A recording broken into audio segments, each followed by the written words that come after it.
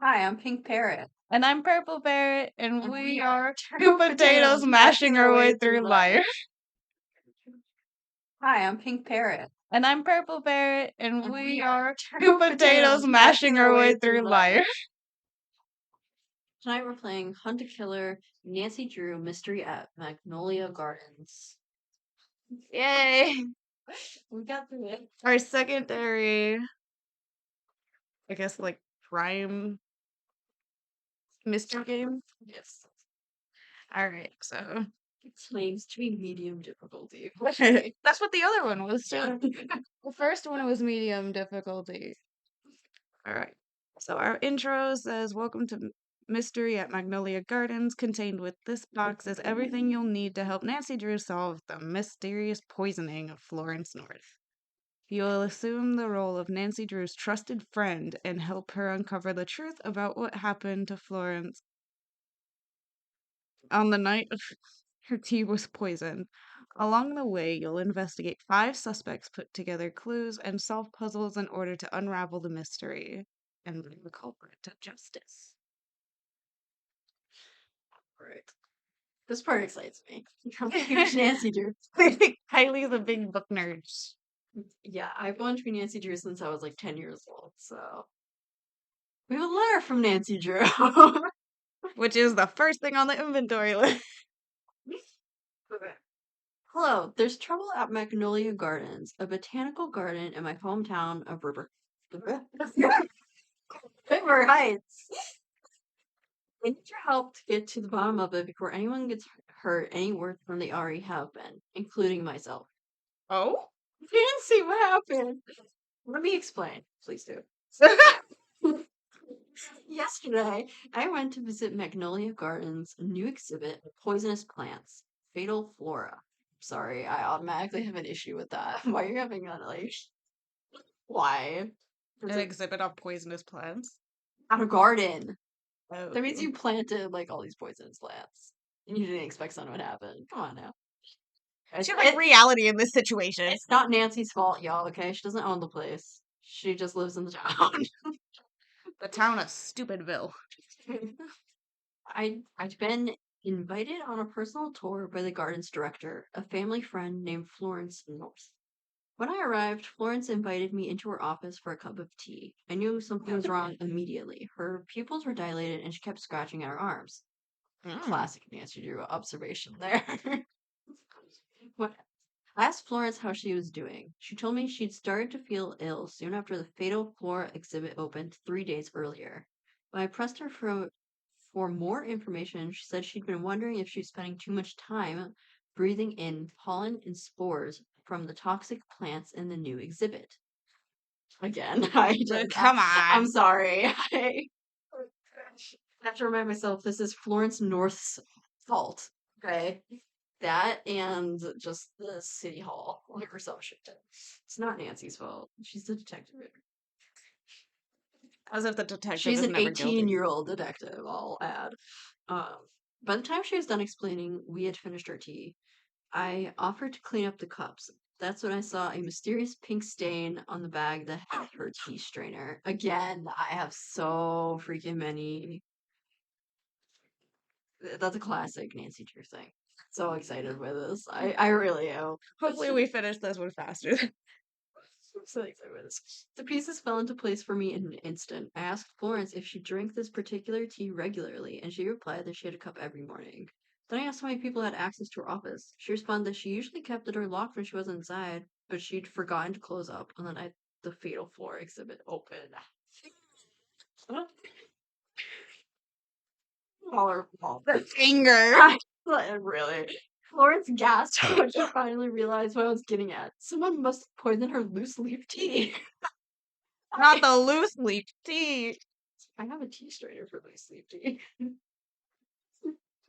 Not anytime soon. Waves paper angrily. Just I knew that with the culprit still on the loose, there wasn't much time to waste. I had to start talking to suspects and tracking down clues, and that's exactly what I did. Unfortunately, I wasn't able to solve the case before the poison started to take effect that evening. It affected me more strongly than it did Florence, likely because Florence takes her tea with a heavy pour of milk and I take mine plain. Why? Wait, so she got poisoned too. So we're Really? investigating both of their murders? Nacy Drew got fucking poisoned. I mean, she's chloroformed on like a daily basis, so like I don't know why this is surprising.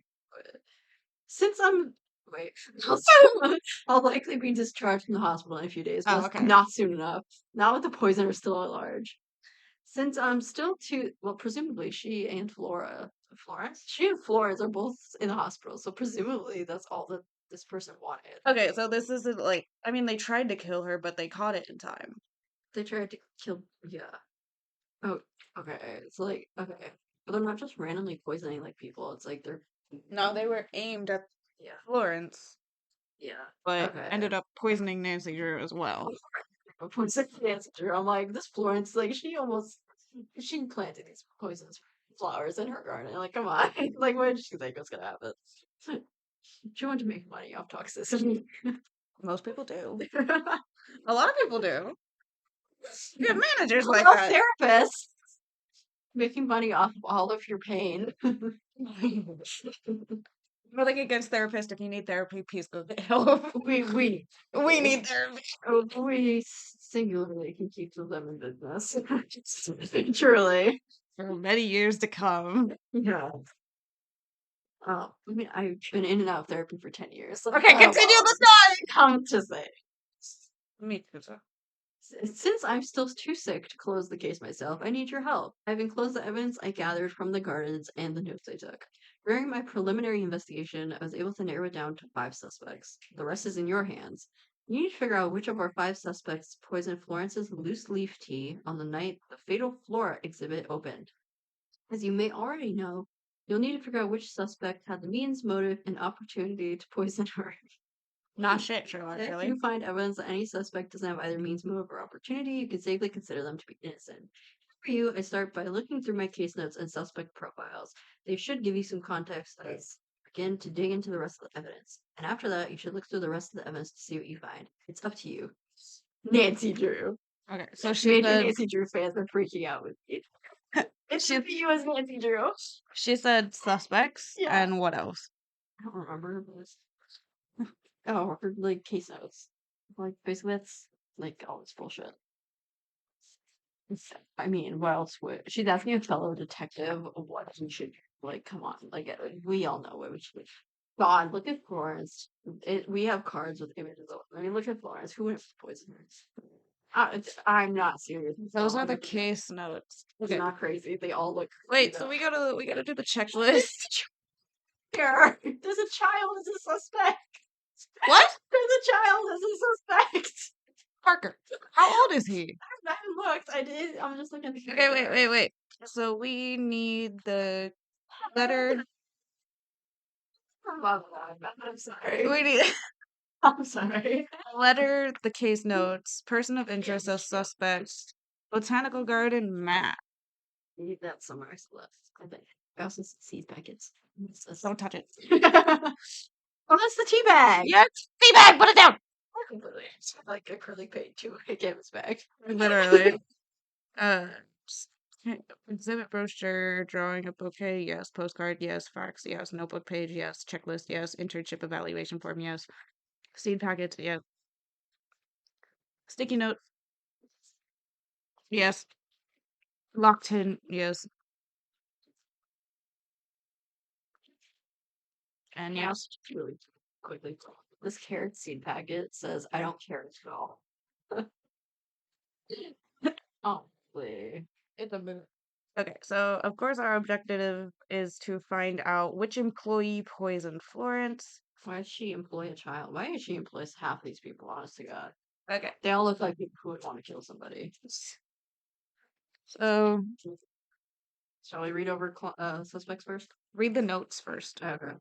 Why did you take the suspects from me? Okay. It's Jesus. In my defense, his name is Oliver and he looks like the reborn Jesus. He has the long brown hair, the big bushy beard. God. It's just more explosive. I got that mentioned there. Yes. Okay.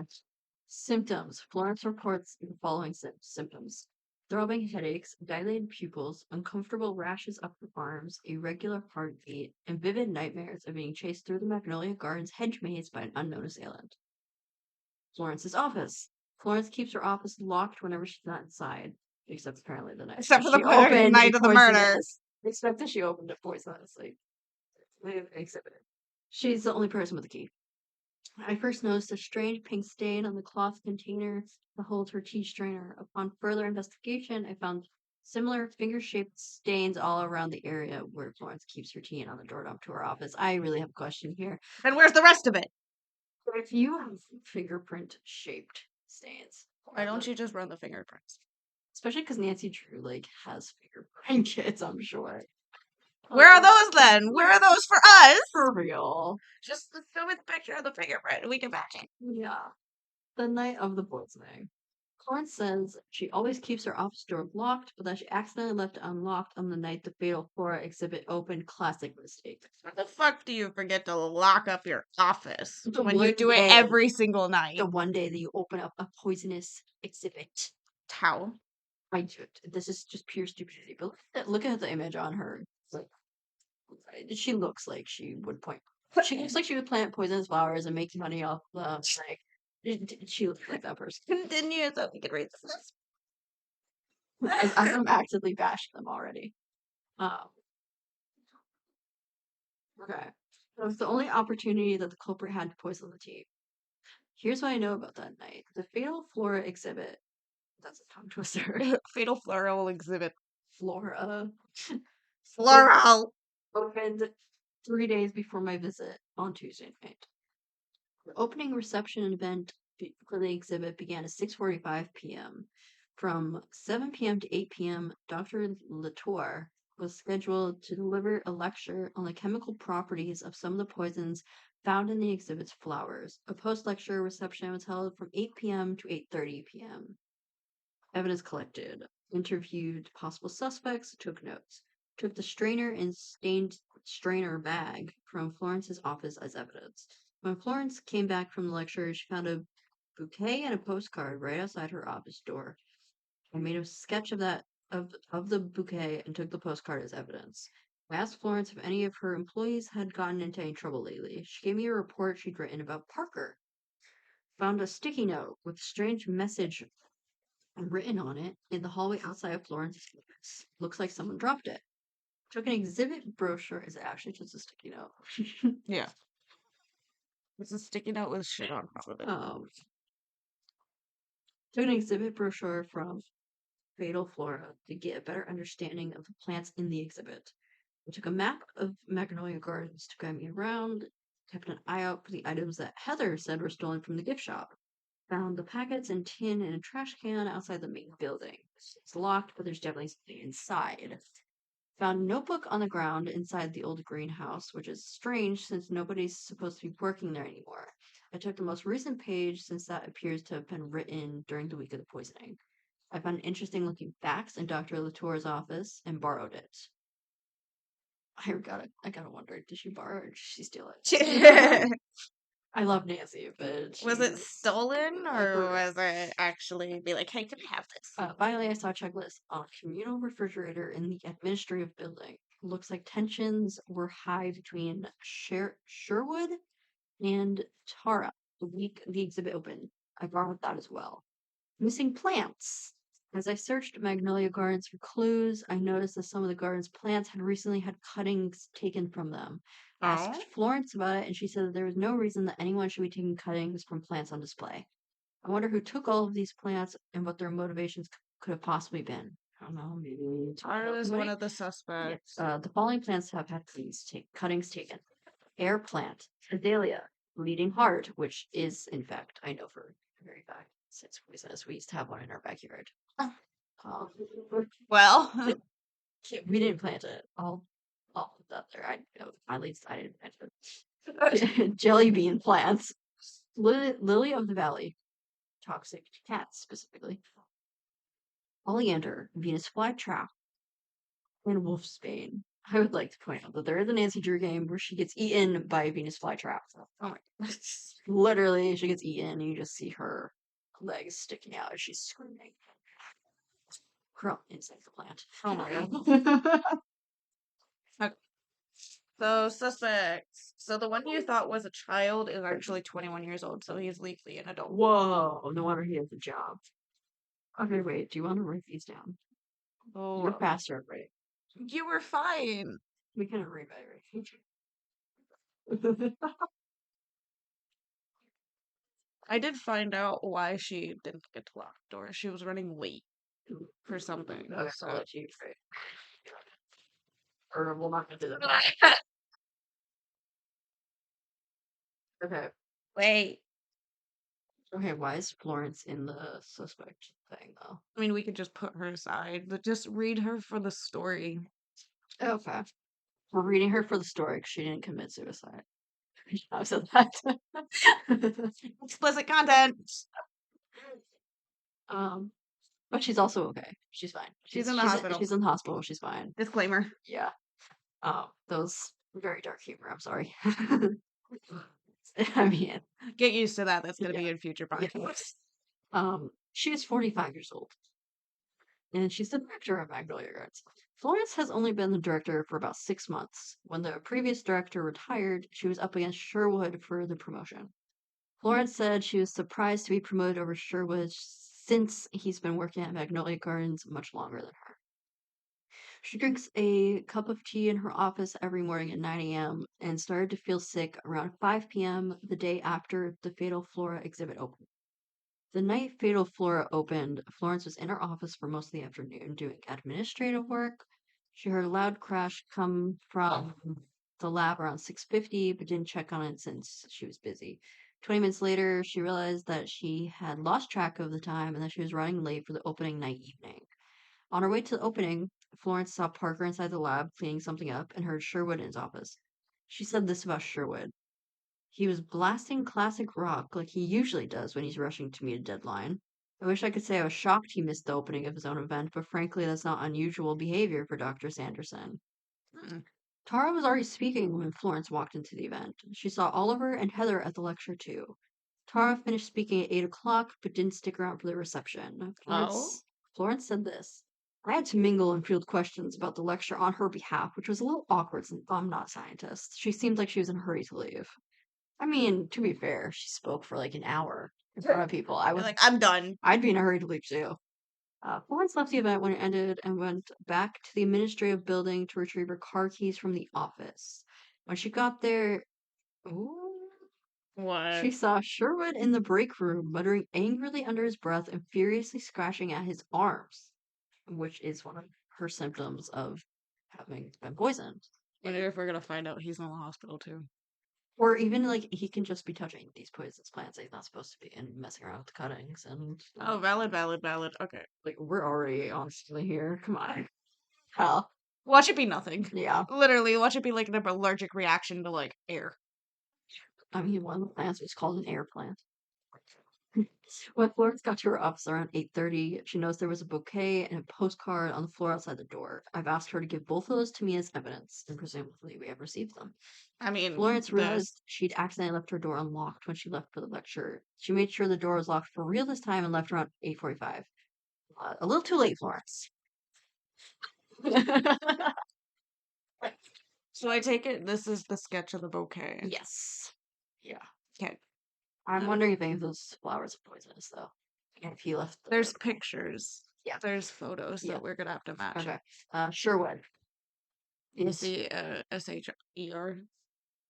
SHER Wood. Yeah. I was just... He's 46 and he's the exhibit curator. So the person who takes care of it. Pretty much. So I guess he could have a valid reason for having any reaction to these things. Anyway. Sherwood is Parker's uncle, unsurprising. And Uncle? Parker. Oh. And he seemed extremely fond of him. Here's how he talked about Parker. The kid's a genius. He'll have his pick of jobs once he graduates, but I'll bet anything that he's going to end up here. I always used to take him to Magnolia Gardens when he was little. It was his favorite place in the world and still is. Sherwood says you could see that I almost started doing a fucked up voice for this guy. I'm just gonna keep reading. Um, okay. Sherwood said he had to miss Fatal Floor's opening to complete a large amount of ultra high priority paperwork that he needed to turn in ASAP. He stayed in his office playing music for most of the night. He finished his work a few minutes before 8, decided he'd missed so much of the event already that there was no point in showing up for the last half hour. Valid. I I'll would too. I'll give him that. That's valid. That's a mood. Um, when he finished his work, Sherwood peeked into the lab to check on Parker. According to him, I only looked in. I never set foot on any part of Dr. Latour's turf. Let's just say it's hostile terrain to me for more than one reason. Oh? Okay. I would write that down. Wait, which one was it? Dr. Latour. That would be Tara. Yeah, that looks like Tara. So it's a toxic exhibit for more It's than one reason. hostile to him. It's in there, basically. And he hasn't said why. Sherwood said Parker looked busy at work when he checked in on him, so he left Parker alone and then went to the break room to find something to eat. Sherwood heard Tara come back into the administrative building from the main building at some point after 8, during the time he was eating, but he couldn't say exactly when. Around 8:20, Sherwood heard someone knocking on a door in the hallway. He looked into the hall and saw Oliver standing outside Florence's office. Oh? Oliver was holding something, but Sherwood couldn't because Oliver's back was to him. Oliver called Florence's name as if he was trying to coax her out of the room, but nobody came to the door, and that's when Sherwood looked away. When I tried to ask about why Oliver might be visiting Florence so late, Sherwood said that I should ask Oliver myself. Quote from Sherwood on Oliver: "The guy tries to be all stoic, but he's got a whole lot of feelings buttoned down under those big cozy sweaters of his." So he acts tough, but he Like, acts like not suspicious, but he's suspicious. essentially, he just has a lot of emotions. Oliver is suspicious. Pretty much. And apparently, he has a bunch of big cozy sweaters, which I mean, Me too. that's valid. Sherwood stayed in the break room until around 8:50, eating dinner, in his own words, tying up some loose ends. When he finished up, he drove Parker back to his dorm at RHU and then took himself home. Likely story. I can see some points in that. Yeah. On to Parker. Great. I'm still sick. We're filming this right after the other one, and it's just worse. It's just worse. Parker, who is 21, he's a college student. He's the same age as me. He's a college student and he's an intern. You are neither. He's a college student. Once. Once. I can't really comment though. Exactly. Shush. I'm a dropout. I can't. Read first. Parker is currently a senior at River Heights University in in addition to working at Magnolia Gardens. His internship is part of a year-long program that the school has with the botanical garden. Parker said that he hopes to get hired on as a full employee once he graduates. Currently, most of his duties involve helping Dr. Latour with her ongoing research project. Parker is also Sherwood's nephew, and here's what he said about Sherwood. Uncle S has always had my back. Growing up around him gave me the confidence I have today, plus the interest in plant biology. He's a total natural leader. A lot of people don't see that in him, just like how they don't see how smart I really am. But they will someday for both of us. I'm putting cocky. I feel honestly. Cocky. Honestly. Parker missed most of Fatal Flora's opening night event because Dr. Latour asked him to stay in the lab to clean up a number of samples that he accidentally spilled shortly before the event began, and here's what he said about the task. I don't know why I had to be the one to clean up. The janitor would have gotten it in the morning. I honestly kind of think Dr. L just wanted to take her frustrations out on me since her project's not going the way she wants. It's honestly just a matter of time before Florence shuts it down. I'm sorry. He thinks he's gonna get like an awesome job, but not have to clean. May we remind everybody that he's 21. He's like this and he's 21. He can clean up his own messes. He spilled. I mean, what did he say? Continue. Sample a number of samples. That implies that it's like okay. Oh my god. Oh God. After cleaning the spill, Parker got bored and a little lonely in the lab, where he won't work full time after graduation, might I remind. Yeah, let's work full time in boredom. So he snuck into the lecture for roughly 20 minutes from around 7:15 to 7:40. He notes that Heather, Oliver, and Florence were all in attendance for Tara's talk. And at 7:40, Parker took some snacks from the table at the back of the room and went back to the lab. What time? At 7:40, he basically stole snacks and left. I will say, mood on that. Same. Dude's hungry. Come on. He knew that Sherwood must not be done with his work yet, since he could still hear music playing from Sherwood's office, and he couldn't go home because Sherwood was before Sherwood was ready, because Sherwood was his ride. Because apparently, He doesn't have his own car. 21-year-old Parker has no other means of getting home. Clearly. Okay, Parker. I mean, he didn't want to clean up his own mess. Like, do we Remind you think of anybody? many people? That's another episode. That's a whole nother episode. That's a whole series of episodes. That's a whole playlist. Oh god. Parker said he occupied his time by getting a little extra internship-related work done, like what, cleaning up your messes, and not being bored. So he could have done this earlier. He knows Sherwood sticking his head into the lab to check on him a little before 8. Parker says they finished his work around 8:45, and that Sherwood gave him a ride back to RHU a little before 9. And that adds up to the end story. I will say though, just because the guy's playing music doesn't mean he's in that room. Here's Oliver, the reborn Jesus, carrying a sack of dirt. Is it dirt? It's either dirt or It's the reborn Jesus coming to fertilize the on. I'm not making that joke. disclaimer. No, again, no, and nothing against religion. If your religion is great, we're not really. Yeah, we're not really religious, so you may hear us. But we have nothing against anybody who is. If you are good Yeah. for you, to you, boo. But we are not, so we apologize if we offend any. Yeah. Oliver Watson. How I'm pronouncing that? It's like Wheatley, but without the E. Ratty. Okay, Wesley. 38. So he's like prime time age right there. Right. Like, if he wants to, He's literally Jesus. if he wants to fertilize a bunch of things, he's in the right age. This is why we're explicit, people, not because we see fun. We swear a lot, but the dark humor in the 30 jokes, Yeah. that's why we're explicit. Fun fact, that's what made us decide to start the podcast. Literally. Stay tuned for more episodes. Oh boy. Okay. We're at the middle of a paragraph, 2 paragraphs down. Okay. Oliver is a horticulturist. He's don't make that joke. What? It's with plants. What is it? I don't know exactly what it is, but he works with I need to plants. spell it. Give me. Oh, it's a game. Ow! He's a horticulturist. No, I wanted to like, Horticulturist.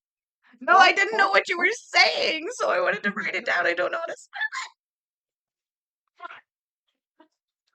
it.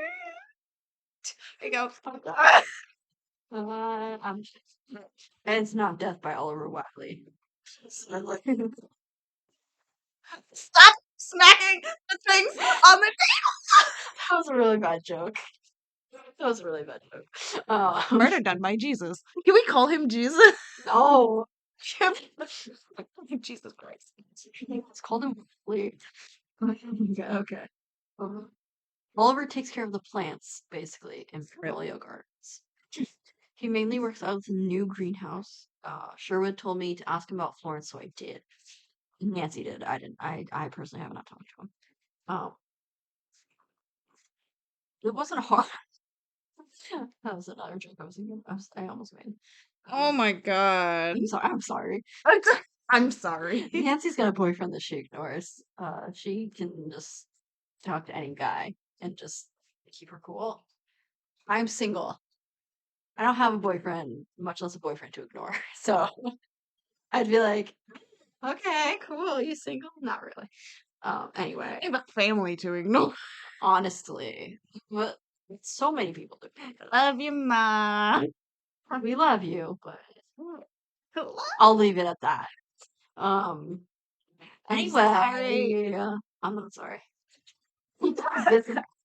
It wasn't hard to get Oliver to open up, as it seemed like he wants somebody to talk to. He got visibly upset when I mentioned Florence's name, saying Florence and I were involved for some time romantically, and it was fine. Oh? And it was fine. It's fine. It was fantastic. I mean, it was fine in the sense that there's nothing against it in the employee handbook. We both checked. Still, she asked me to keep things quiet. Well, she wanted to be professional, and I wanted to be more open, but I respected her wishes. Okay, you seem to be doing a lot of work to convince me of that. I'm sorry. Honestly. Spoke optimistically. Spoke overly optimistically about relationships. Because of this, Florence and Oliver would never be affectionate at work. This is what they did say. Oh, God. Instead of saying "I love you" whenever people are around, I'd say perennial. It's a term that means through thick and thin, basically. Even if a perennial might look dead in the winter, you can count on it to bloom again come springtime. Was this guy just walking around saying perennial, or was he saying "I perennial you"? It's both not okay. I think it was just perennial. Like, let's be real. You're telling me that like you're just gonna fit the word perennial into like a bunch of conversations and nobody's gonna get suspicious. I know it might be in your job, but like okay. Oliver said that when Florence was promoted, it put strain on the relationship. She was less, she was even less comfortable dating a subordinate than she was a Oh my god. coworker. They tried to make it work for several months up until last week when Florence broke off the relationship for good. On the next opening, I'm sorry, I'm just catching on. She's 45, he's 38. I'm sorry. Damn, Jesus, what you doing? Also, she looks like she could do better. Oh my god. Stop bullying suspect. It's not And even the suspect. victim. I'm blaming a victim. I'm actively victim shaming and blaming, and it's not okay. But if you guys saw this photo of her, you would too. That's all I'm saying. And then they're gonna be like, oh, she's so pretty. No. And you're gonna be like the only one shaming her. Honestly, though, she looks. Picture Wednesday Adams, but as an old person that is not Morticia Adams. Okay, With bags under her eyes. with bags on her eye. Yeah, with major bags on her eyes and dead eyeballs.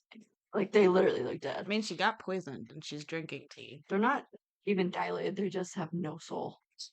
Literally, they have no Do soul. we have souls? Tattered ones. Continue. Let's say perennial. Sorry. I'm sorry. Why? That's like putting the word platypus into into a random like. Platypus. Okay. On the night of the open, oh, fuck. On the night of the opening, Oliver showed up around 6:30. He told me he was hoping to help set up as an excuse to talk to Florence, but Florence didn't show up until after Tara started speaking. And here's what he said about that. When Florence walked into the room, I saw her look down at the empty seat next to me and walk over to the opposite end of the room to sit instead. That really hurt. Holy shit, she wants nothing to do with it.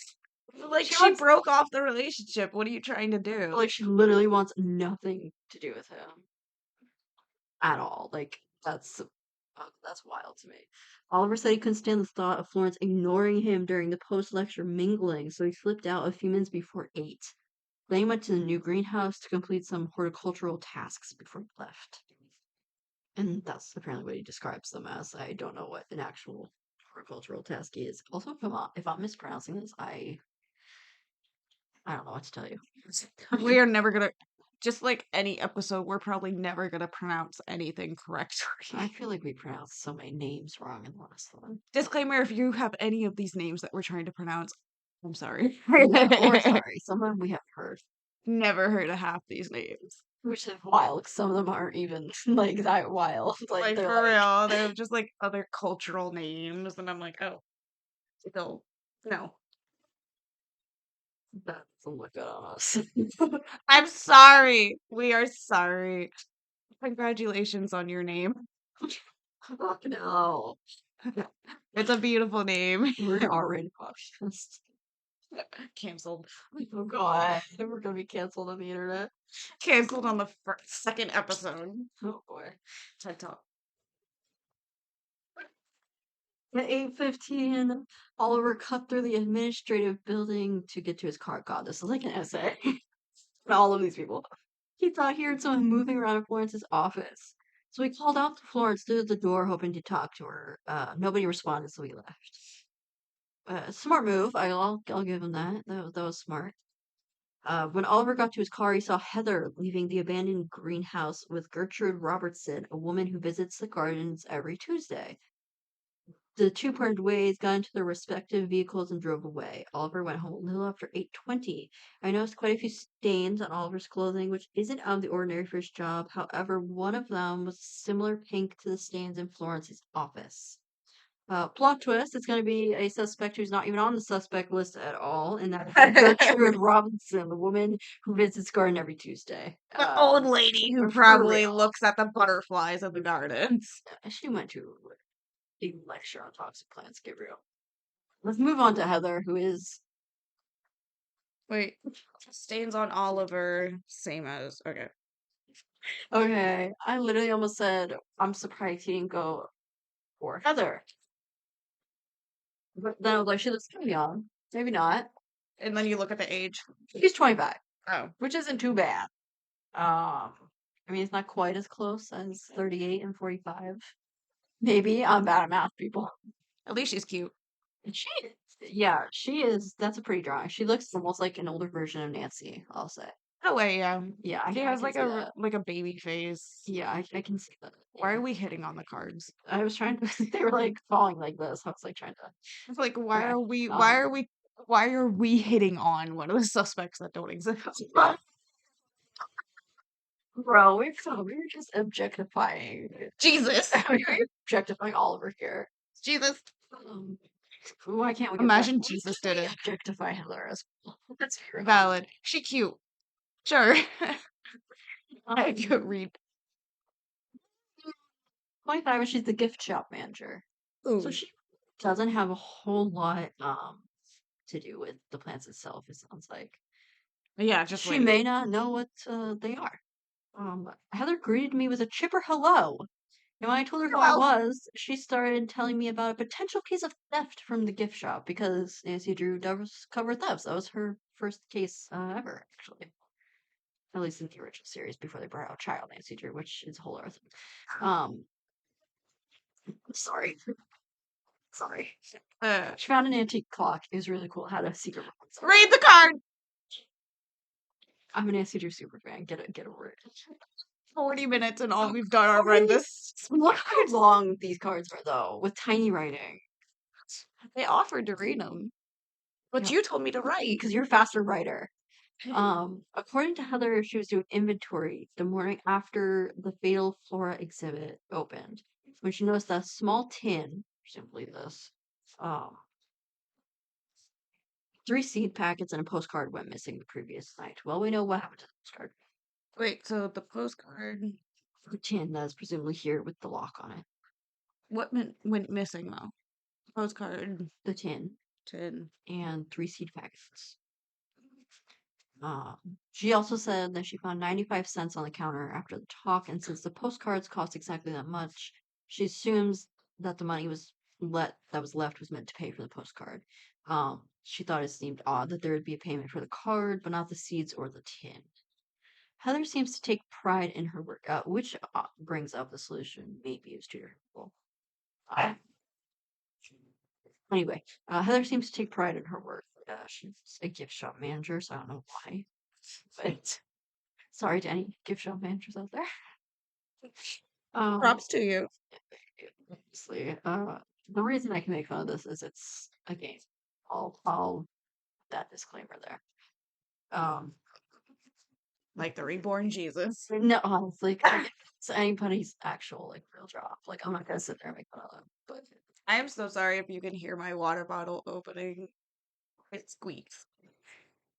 the top of my mug is hot. The rest of it's cold. Yeah. You can't hear it. I'm so sorry. She's getting me sick though, because my throat hurts now. Is it like burning or is it actual pain? I don't know.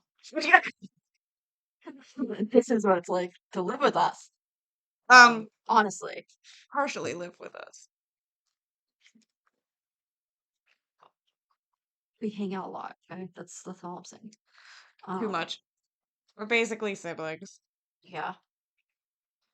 Sisters from two very different yet similar mothers. That's again all I'm saying there. Disclaimer in another episode. Yeah. Stay tuned for more chaos and trauma. Should call ourselves like chaos. Chaos Cosmic Raiders potatoes. or something. The chaotic potatoes. Yeah, honestly. That's shenanigan.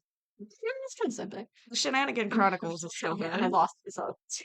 Me too. I lost myself too. A long time ago. I've been lost for years. I was never found. I was never here. I was never found. Was never here. Honestly. I was off in the universe somewhere. I think I lost track of myself around age 13. It was right before I went to therapy for the first time. Damn, lost yourself at therapy. Right before I went to therapy, it helped, and I lost myself again. Oh my god. Be like, therapy's supposed to help you. What happened? Be like, I I lost What myself. happened is I left therapy. I made a very bad mistake. Beginner's mistake. Pardon me while we resuscitate her. She's fine. Her knees aren't fine. We're so deprived, okay? It is literally 2 a.m. We decided We're unmedicated today. unmedicated. I didn't take my medicine. Did. I didn't. They're happy pills. I didn't take my happy pills or my focus pills. ADHD at its finest. For real. Continue. Or start again, one of the two. 95 cents was the last thing I wrote. Heather seems to take pride in her work, is the last thing I read. We're on paragraph 4. Oh, Jesus. Of like 12. She noted that she knows Magnolia Gardens' regular visits by name, their favorite flower, and God, any other astrological sign. Okay, Taurus. Does it say their birthdays or no? No. Damn. No, it does not. She's probably Taurus? like a no, like She is? I don't. That's why I asked for her birthday, but I'm a Taurus, so I just. I'm an Aries. We're both fucked. We got Two-Face over here and angry issues over here. That's what Geminis tend to be called. I'm not a Gemini. Aries. I'm so confused. You can I have short-term memory loss. I'm sorry. Aries. I just said Aries. You're a goat, right? I'm Ram, yes. I'm not the goat, right? Disclaimer. Cool. A Capricorn is the goat. Disclaimer, I know almost little to nothing about zodiac signs. She should keep her mouth shut, in other words. She's not. Like, I know about mine. What we know is from Instagram. Okay? Literally, like, the aesthetics, like... Instagram memes, that if that doesn't tell you everything you need to know about us in a sentence, I don't know what does. We just send each other, like, when you see, like, your zodiac sign as, like, aesthetics or, like, nostalgia. Like, we just send those back and forth to each other. We don't react to them. We don't react to them. We're just like, oh, that's cool. Sometimes they're similar and sometimes they're not. Did you ever see that? Yeah, I did. Why did you say anything? I don't know. I don't know. We're in the same house most of the time. Oh god. Okay. Well, The Wall of China. The Great Wall of China. What's another joke that should never have been made? Oh, We get canceled. Holy shit. Canceled. I don't know that I want to know who our audience is.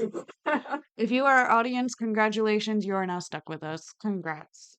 You're also crazy like that, so look up therapy. Or you just like chaos or Also look listening. up therapy. Like, you're gonna need it. Listening to Yeah, us, you're gonna need it. we're gonna be your unpaid therapist, which doesn't sound too appealing. I mean, sometimes I have moments where I'm like motivational and like inspirational. Same, but back to Heather. Sorry. 45 minutes in, back to Heather. To you, Heather. So, Okay. She said that she always pitches ideas on how to improve the botanical garden to the director. isn't that Florence? Although she seemed to get a little bit less cheerful when I asked about that, saying, I totally think we should start selling flowers. Oh, and we should get a costume. I'm not gonna do that. We should get a costume mascot who dressed like a big magnolia. Uh, You can see where I just lost respect for her. gone. Just gone. But Florence doesn't take me seriously like Felix, the old director, did, which is like not cool of her. She thinks she's better than me because she's in charge of the whole place and I'm just a gift shop girl. Someday she'll realize that she shouldn't underestimate me. I'm sorry, is she dating Parker? Jealous? Is she related to Parker? They have the same mindset? Wait, what's the other I really word for that? I don't think that's cocky. It's like It's almost. jealous, It's all of the above. overambitious, It's all of the above. controlling, Girl. toxic. That sums it up. That sums up all of these people. Like, Honestly, it sums up all of these people. Like, what's sad is that the least toxic person has been Oliver. the And reborn Jesus. there were some red flags in that too, though. So Like that's pretty sad. obsessiveness? What gave me a green flag is he left instead of just continuing to bang at your door. For real. If that doesn't tell you how many mysteries and crimes I've watched. Are we done with her or no? No. No! We just got to the halfway mark. Are you for real? 1, 2, 3, 4, 5. Yep, that was the end of paragraph 5. 1, 2, 3, 4, 5. So it's 5 actual. And I say paragraphs, some of them are like just sentences. Oh, okay. But like, that's where I'm calling them. Continue. Content. Continue. On the night of the opening. She's getting lightheaded, honestly. I don't That's know how if you you know can I'm getting hear sick. it. I don't know if you're gonna hear it, but she just heavily sighed. Like, I have a hard time breathing. I sneezed on you. We've been sharing a bathroom. Valid. Okay. On the night of the opening, Heather showed up to the event space a little before 6:30 to set up the chairs and the refreshment table. She noticed Oliver arrive a few minutes after she did, and Heather then listened to the entirety of Tara's lecture. This was her takeaway. Dr. Latour had like a weird pink stain on her blazer. It's like so embarrassing for her to have given a whole speech in front of that many people, looking like a total mess. I mean, yikes. So Tara had the stain. As well as Oliver did. So we have two that kind of. After the talk, Heather spoke with several regular visitors to the gardens, including a woman named Gertrude Robertson, before eventually leaving the building at around 8:10. When Heather was in the parking lot a little later, she saw Oliver coming out of the administrative building, get into his car, and rest his head on the steering wheel. Here's what she said about that. She has a lot to say about everything. I bet he's looking for Florence, which is like so sad of him. No, it's like take the hint, you know. She's just not that into you. She drove home at 8:20. She's a know-it-all. That's what I meant to say. Not toxic. Which can't do the same thing. Yes. To be fair, though, Nacy Drew can be a bit of a know-it-all. So I guess comparing Heather to Nacy Drew was What time did offensive. Oliver come out of the office? A little bit after 8:10, and she drove home at 8:20, which is when he said that he drove home as well.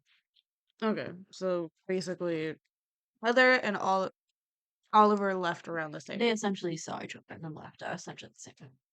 after They he didn't cried on his steering wheel. They didn't speak to each other. So like, And we're on Tara now, right?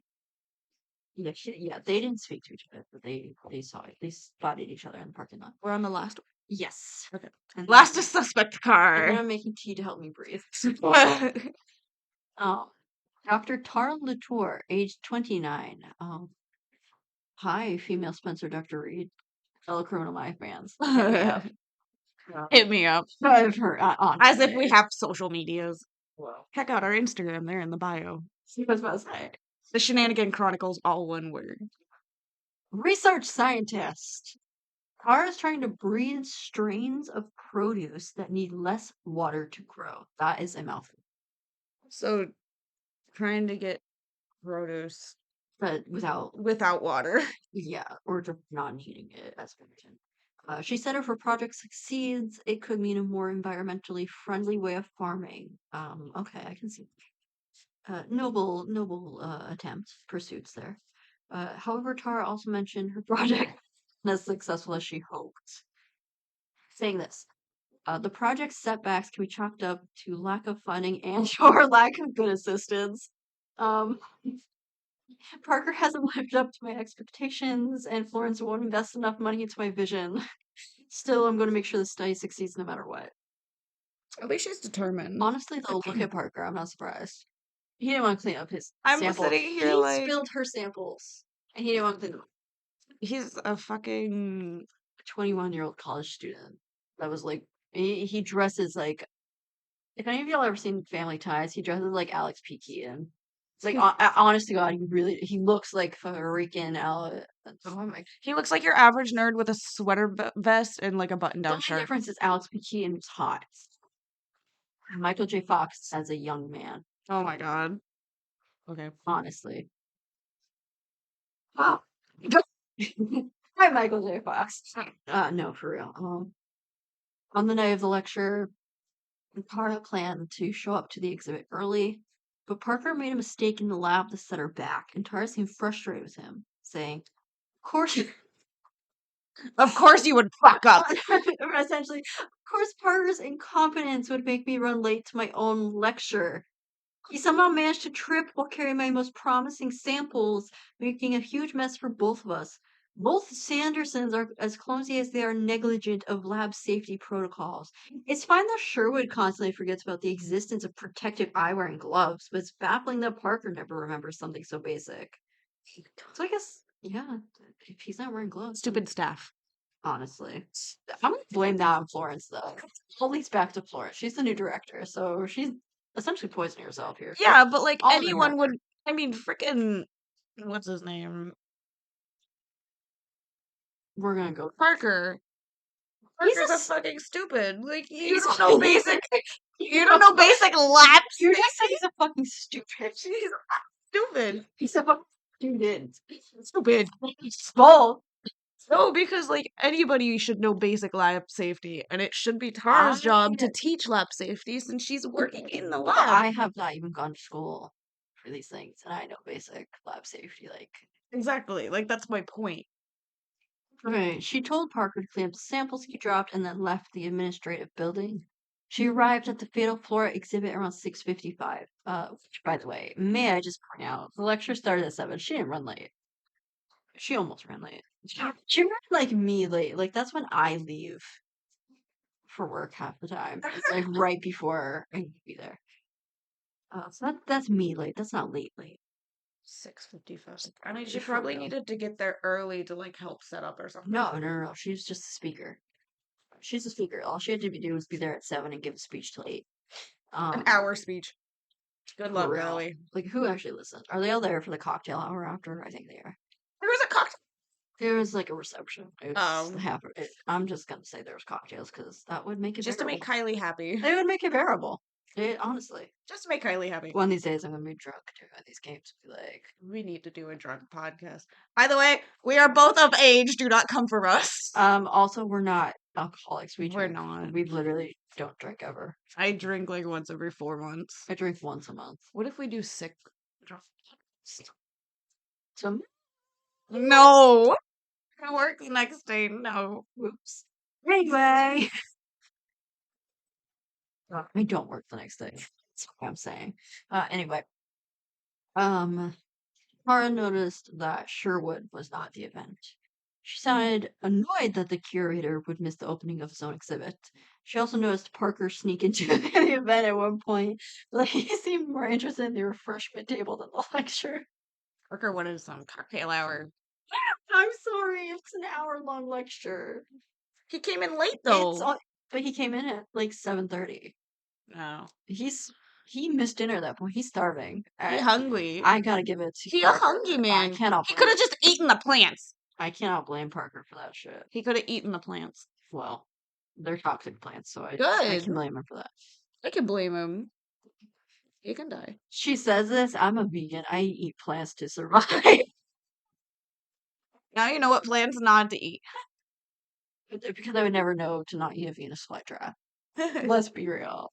You never know. Oh boy. Okay. Taurus left. Florence showed up to the event late, and then Oliver left the lecture few minutes before she was done speaking. Tara mentioned with more than a little annoyance that Heather was her only colleague who stayed for the entirety of the lecture. Tara left as Tara left as soon as she finished speaking, and at 8 o'clock, so she left at 8 o'clock. When I asked her why, she said because she doesn't like to mingle. And because she Antisocial. and she had some work to complete in her office. Yeah, called Parker ruined it all. Yeah, for real. When she got to her office, Tara could hear Sherwood's music playing through their shared wall. She said it turned off at some point before she left, but she couldn't say exactly when. While she was in her office, Tara saw Oliver through her window. He's moving around the greenhouse from 8 to around 8:15. Um, I'll just say he said he left at 8:20 and that he had left going to the parking lot around 8:10, 8:15. So something's wrong. Oliver! Someone's lying here. Did the Jesus kill her? Someone's lying here. She couldn't exactly make out what he was doing. She left for the night at 9 o'clock. He left at 8. He left at. He left at So he was moving around the greenhouse from 8 to around 8:15. Yeah. Either he's lying or she's lying, but someone's lying. Someone's lying. We'll find out. But she left for the night at 9. As I left Tara's office, I noticed a lab coat hanging in the corner covered in pink stains. That was the last thing.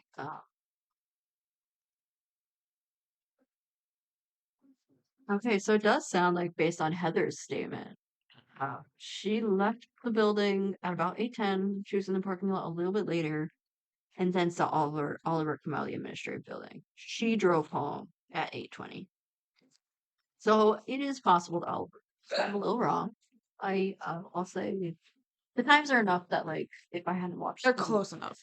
yeah. They are literally close enough. Someone who hadn't been a huge detective fan for a long time may not think that, honestly, because I get times wrong all the time. That's sticking out.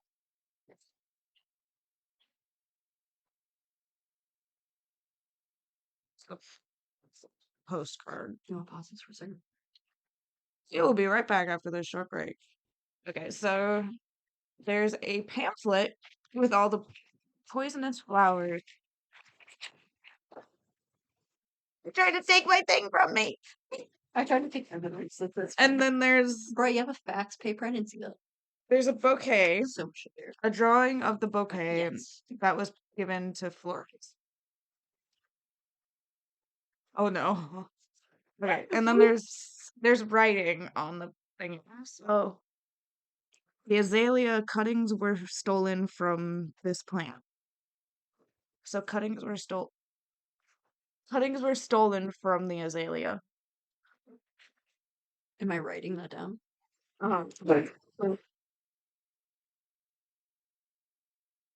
Um, flowering shrub found across the world. Okay. Behind this bushy beauty lurks a beastly bite. When consumed, the toxins in his Oh, wait, because it even said in the evidence paper here what cuttings were missing from. So let me. azalea bleeding heart. Dang, she freaking organized these by like alphabetical order. I didn't know.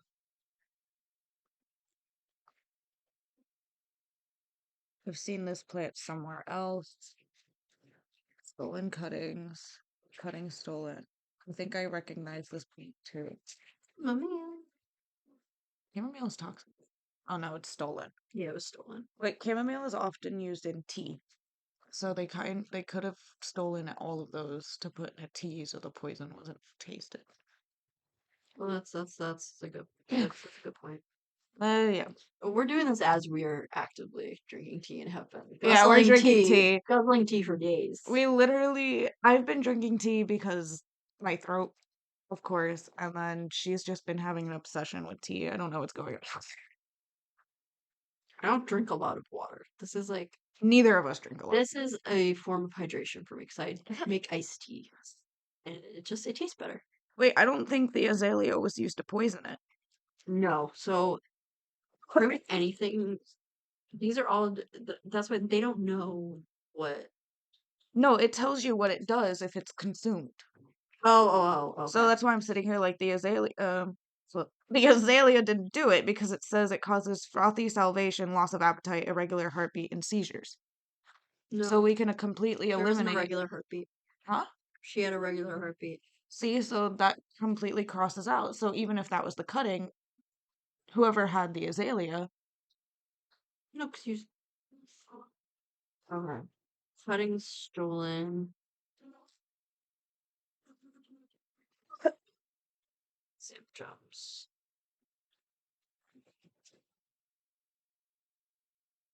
Try not to write any more papers. drooling, rash, difficulty bleeding, breathing, and seizures. The rashes. Okay. We found it. Dilated pupils, headaches, rashes, irregular heartbeat, nightmares, and potentially death. Yeah. Deadly nightshade. But there were no cuttings stolen of it. Yeah. So it was in the book. Okay. No, it was not in the bouquet. Okay, so my question is, what else? Because it could be multiple ones of these. Yeah, that's why I'm going through it. I've been kind of like downing it. Okay. Abdominal pain, nausea, irregular heartbeat, and potential death. No. Oleander. Oleander. Oleander. Oleander. Oliver. Um, rashes, confusion, tiredness, nausea, stomach pain, blurred vision, and irregular heartbeat when consumed. But I feel like someone was trying to kill her. Oh yeah, someone was definitely trying to kill her. Because like a lot of times, like with arsenic poisoning, Numbness, people will irregular give you heartbeat. small doses at first, so you just have like gastrointestinal upset, and then they'll give you a large dose that then kills you. Oh, yeah. That way, you don't automatically suspect that you're Someone's trying to kill poisoned. you. You just think, oh well, this person is sick, and nobody knows why. The only one that matches all her symptoms was the deadly nightshade. That's why I think it might be like multiple ones. The other ones have completely different symptoms. But did any of them have um? Cause like she had so many symptoms that I'm like could have been two different plants that were used Okay, so because that wasn't even like nothing was by stolen. default, I don't see any of the poisonous plants Okay.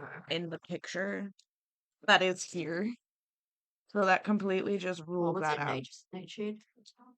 Deadly nightshade, So I'll write that down. dilated pupils, headaches, rashes, irregular heartbeat, nightmares, and potentially death. That confuses me only because like there was no cuttings of this Yeah, that's like at all. When they've noticed like but wouldn't have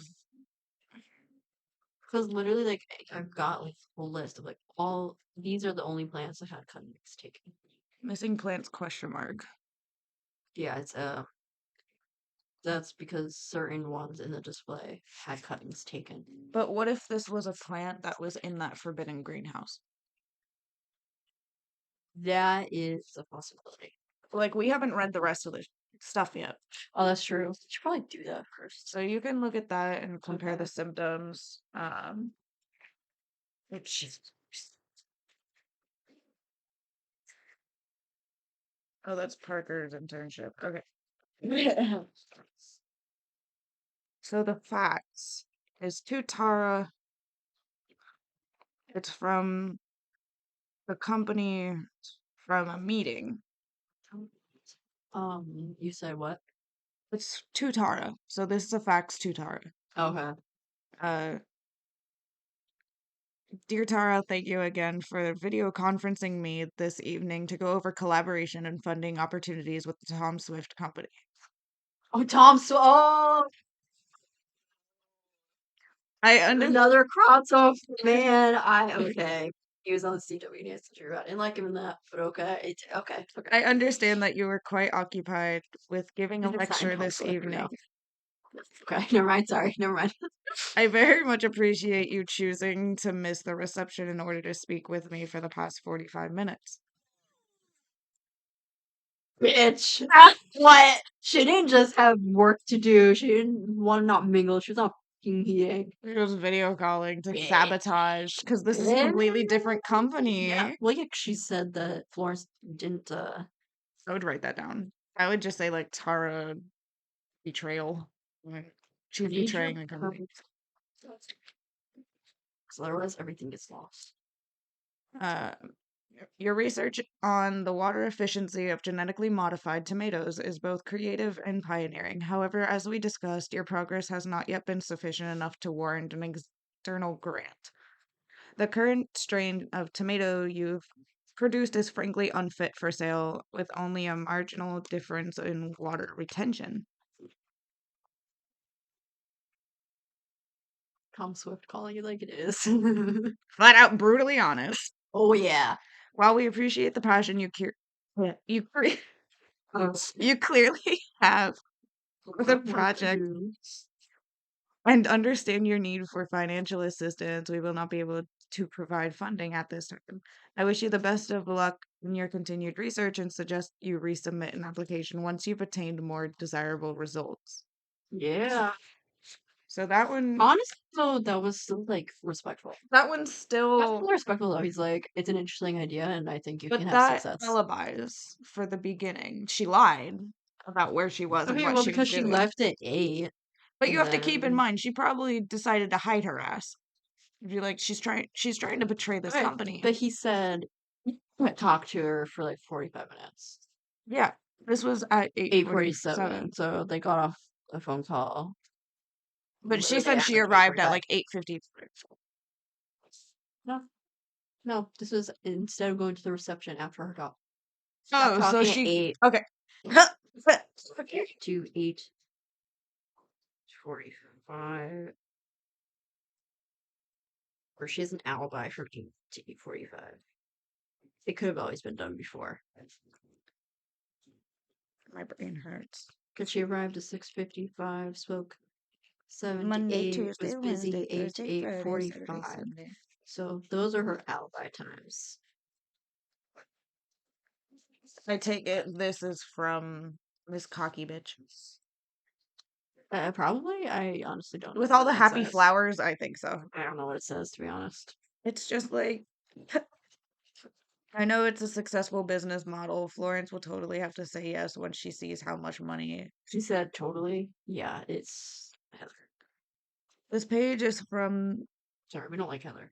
the notebook I found in the supposedly abandoned greenhouse. Yeah.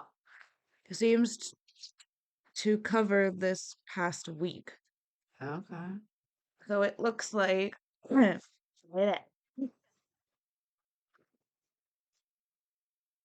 I don't know.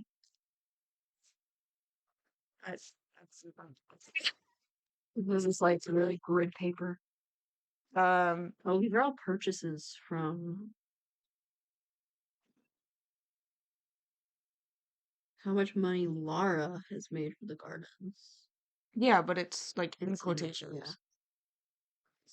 Weekly break room checklist. That does honestly that makes me very interesting because this is all she's got like a bunch of we're gonna have to go back to this one. Yeah, that's why I'm just Like like, she's okay. literally got like the start she wrote someone's name here. Yeah, I'm sitting here But like, then why'd you write one name and then someone's like initials? everybody else's initials. Literally everybody else. But I mean, granted, it says LR here. That would be the same person up here. Valid. And she wrote BH here, so we just have to figure out who that, etc., etc. It's like once you find out one thing, you're like, you're Okay. So the weekly break room checklist is basically shush. It just has like a summary of things, or it's like a way they pass notes back and forth. So this, I think, is from Sherwood. Because it's an S. Okay. Hey, didn't we agree that break room was an allergen-free zone? Okay, I that's got why you would be. an unpleasant flare-up from the tomato. Oh. The tomato spin left in the microwave. Assuming it was you for obvious reasons, Tara. So, he's allergic to tomatoes. He's working on a freaking greenhouse. He's allergic to tomatoes. I mean that could excuse his. Uh, His rash. yeah. Assumingly. Yeah. Assumingly, if he's not lying like most men do. Sorry. Ooh, Nothing against men. you got a fucking boyfriend. Love you. Is it hot? Mine's. I only put it in for like a minute. We're talking about tea. We are talking about tea, sorry. Okay. And then Tara replied, apologies, I was busy with the lecture yesterday. I must have slipped my mind. Maybe you'd understand what it's like to multitask if you didn't promoted. For the record, though, it was regular tomato soup, nothing from the lab. Oh my god. So he might be just allergic to tomatoes. Yeah, it sounds like he's just allergic to tomatoes, but because she's been working with tomatoes, he's just like. Just been in the environment. To be This fair, his actually, nephew's working with them too. this isn't signed, but I can only guess it's either. So, I think it's Parker. I forgot his name. I might not be nearly as busy as you are trying to salvage that project of yours, but I find ways to occupy my time. Next time, bring clam chowder. Never mind, it was Sherwood replying to Tara. Yeah. Okay. And then Oliver replied, hi all. Hi all. Hi all. Oh my god. Hi all. The microwave is clean now. How about we let bygones be bygones? Okay. Great talk yesterday, Tara, by the way. Perfect opening faux for a fantastically aviated Give me. exhibit. Well. That's it. That's literally it. It's signed Oliver. Okay. So that's all of that. And then I have Parker's internship letter. It's literally just something going back and forth. But it's obvious Honestly, Tara has enemies. they all freaking. They all seem like they hate each Honestly, other. they really do. Also, Oliver is he's the best hand. Yeah, Guys, I saw that. I'm like, what the heck? She's got the best handwriting of them. I mean, Tara's is She also clear. cleans the microwave. Good boyfriend. Good ex-boyfriend. Good whoever. Mercer. He's been made. Okay. So this is for Parker's internship letter. I Letter did or contract or whatever. internship program. Oh, like a Uh, sign-up thing. Sorry, I'm like seeing an I'm agreement. seeing the signatures at the bottom. An agreement type Okay. thing. Yeah. Okay. So this section says identify any areas of excellence or significant achievements the student has made. So it's a summary. It's like an Okay. overview of what he's done. Parker is an intelligent young man with a genuine passion for plant biology. He has proven time and time again to be quick-witted, and he shows a genuine aptitude for biochemistry. He is quick to think of creative solutions to any problems that might arise. So still a smartass.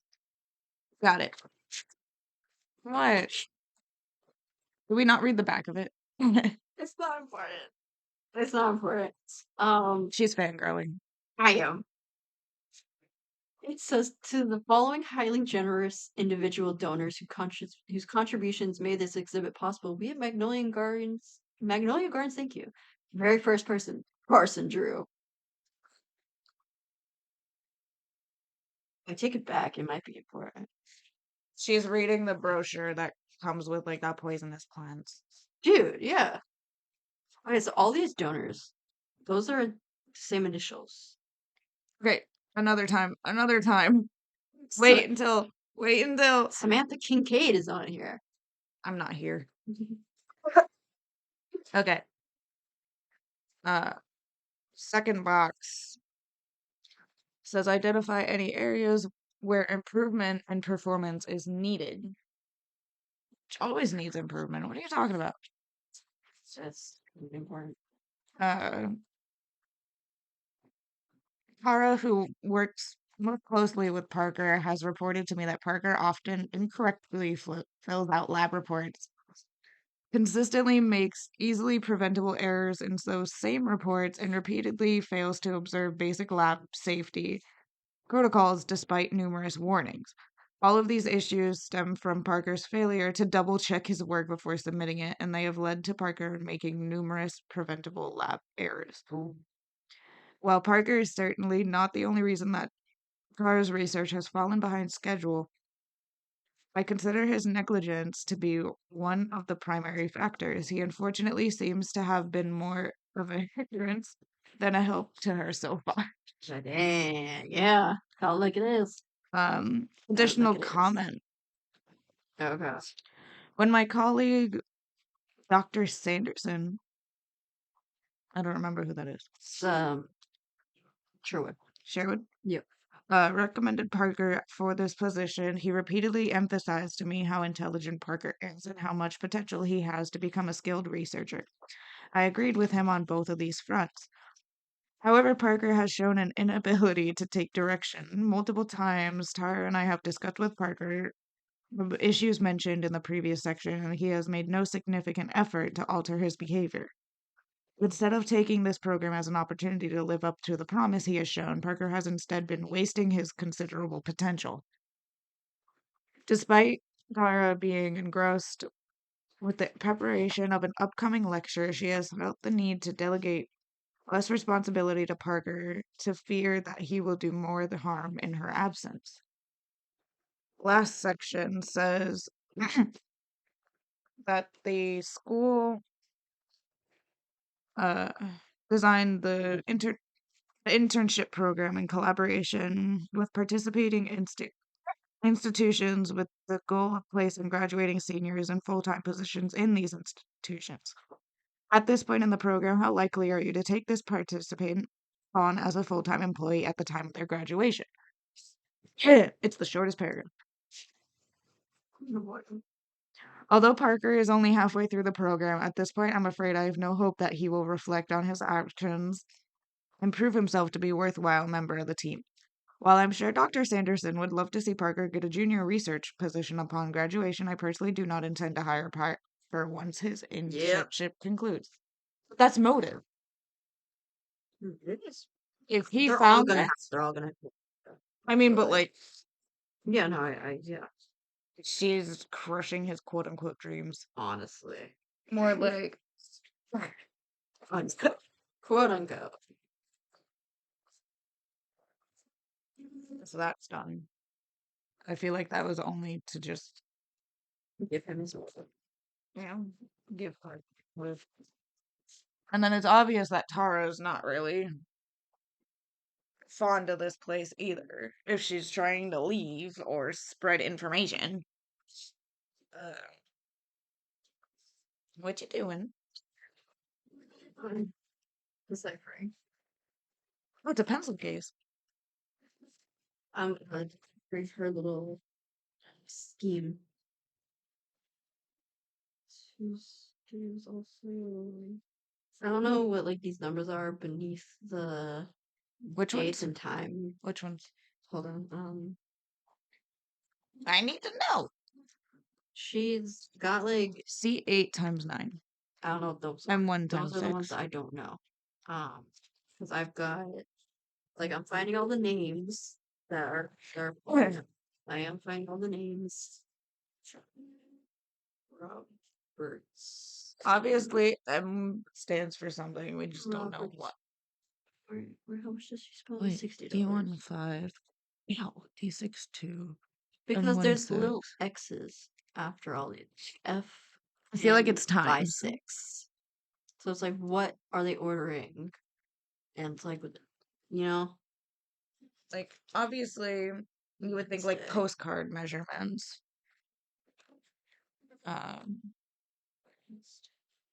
But she essentially went and got people who had memberships and people who contributed money to this program, and they're buying things from her. I mean, she's the gift shop owner. No, but this was found somewhere else. It's a successful business model. Florence will totally have to say yes when she sees how much money Laura, where that is, has made from the gardens. So it's supposedly supposed to come from somebody else.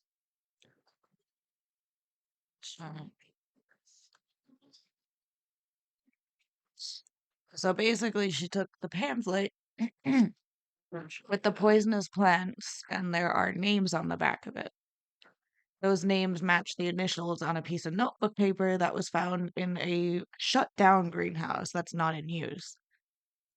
And it's a grid paper with these are the week, uh, set previously set initials, how much money, and then I guess the time. Yeah, and then like And then there's like the code. So there's like, it's 2 by 2. yeah, basically. I just confused myself. And then it says it's a successful business plan and that the director will accept it. And obviously she doesn't. I mean, yeah, it's gonna be some motive. I mean, her motive is the fact that no matter how much work she gave, like she never got improved. Yeah, like Heather always gave like criminal, like It sounds like Heather just way. I think I might have figured out. what? Look, they start and they have numbers. Give me a second. Let me finish reading. So that's gonna know. And they don't start with the same letters.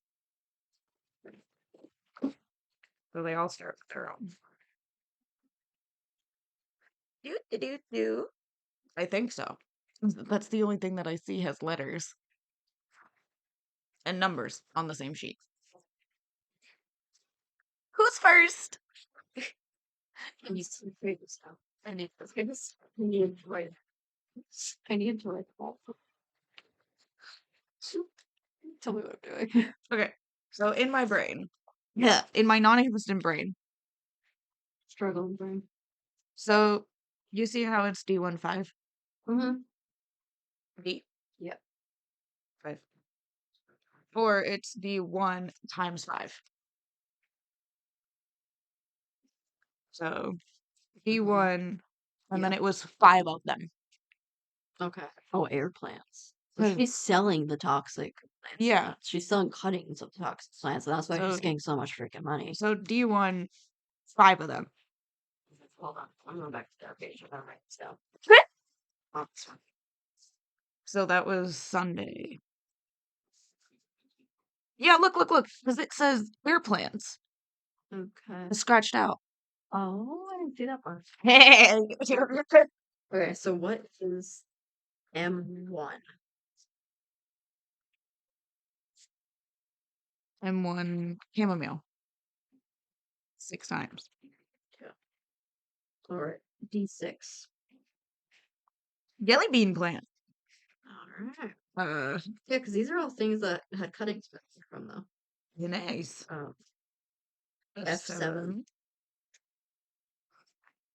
Oleander. Oh, because that gotta be on. That's gonna be a poisonous one. He bought 4 of those. It was almost $100. Says C8. fetus flytrap. So we know who stole the missing fucking plants. Yeah, holy shit. F10. Gertrude bought this one. Wolf's bone. Holy shit. She bought Gertrude? Why Gertrude? Why Gertrude? Like she's not even a. How are we supposed to find her? She doesn't have anything. She is as a The last customer. one is F2. Azalea. So I think that's all we get out of that one. I will be on. Oh no, never. I was gonna say I was thinking of a different plant. Okay, well, we figured that out. You figured it out. I figured that out because in my brain I'm sitting here like, what has numbers on it? Nothing else has Yeah. numbers on it. So that's that. That's all we know. Wait, I had a theory about this, but I think we may end up needing input. Because More than my, likely. my theory, obviously, these colors on this postcard all match colors of plants. Yeah, So I was thinking, but those are only the poisonous ones. I know. And those aren't any of the poisonous ones. None of them are poisonous. I already looked. That There's- one's not the poisonous one. I mean, maybe, but that's the only one. What about that purple one that's not wolf spice? That's lavender. No. I was gonna say, like, what if it's like the first letter of like all these things? Oh, But I mean, cracking a code. because that would be like a So the decent next thing suggestion. would be this, because I feel like this is what would give us in there. True.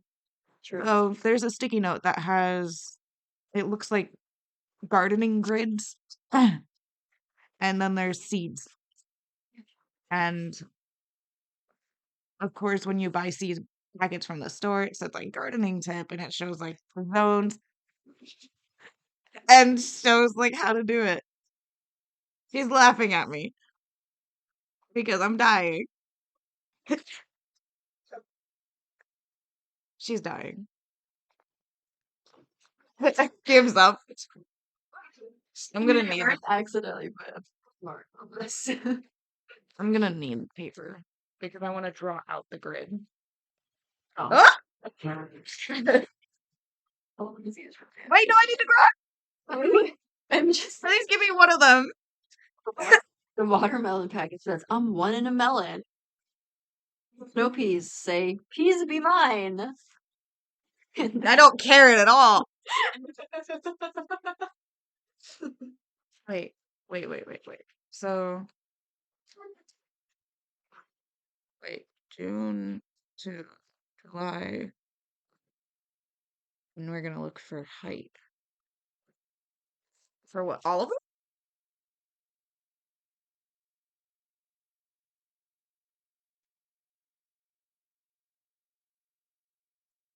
We're looking at the salty.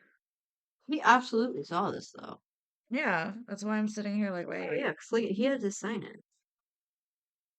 Yeah. Ow! So that's his motive. Like it's not even just like potential motive. Like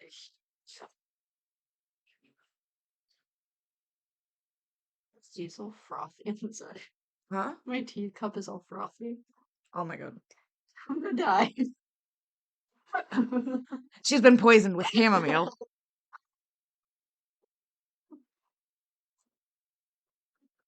Oh my god, it's cold already. Yeah. That doesn't tell you how long we've been here. 1 hour and 30 minutes. It's not that bad. No. It's not that bad. I feel like we're already halfway through it. We've got to be more than halfway through it. Just trying to make it last. Let's not freaking jinx it.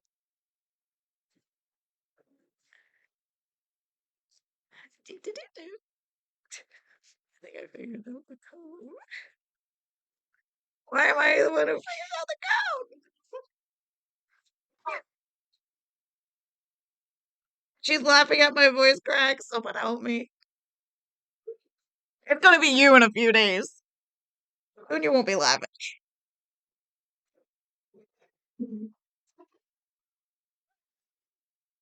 Oh my god.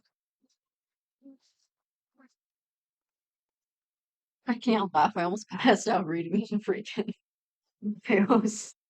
Yeah, she's over there in the peanut gallery. Push it. Oh boy. Bitch! What? So, explaining my thought process now. So, I kind of got it wrong at the first part, but you see how it has spots and it says June, July height? Yeah. June, July, and it matches it. And then you take the number. Oh. Big brain moment. It's My only a rare moment. Of Whoa. course you take the ring! Is it a ring or is it like Boosh. oh imagine walking around with this in your fucking hand. Or I meant like is this a ring or We is gotta it put like together a yeah. puzzle page. I think Nacy Drew moment. There's pink stained all over. Y'all can't tell. I'm legit fangirling so hard. Oh my god. Oh my god, it's a puzzle. Maybe we should pause it while we. Why? It's literally just tons of scraps of paper, y'all. It's literally notebook paper. We'll be back in about an hour and a half. Yeah. 3 hours later, we are back. Literally, I don't know how long that took. But we were able to kind of put there's two pieces in.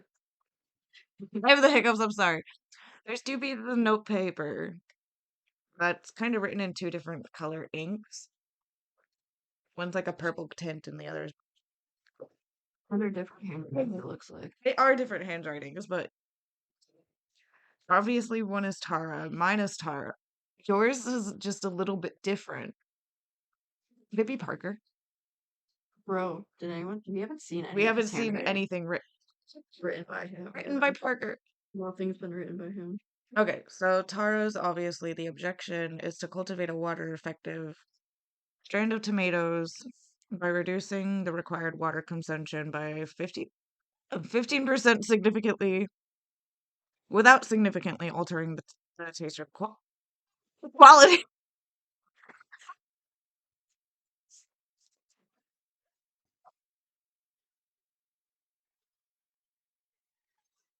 Oh my god. It's okay, I have a picture of mine. I have a picture of mine. Okay. The results of the trial, slight decrease in water needs from last generation. Solanine and tomatine levels are high at 300 milligrams a leaf and 4 milligrams a gram in the fruit, significantly above the threshold for human consumption.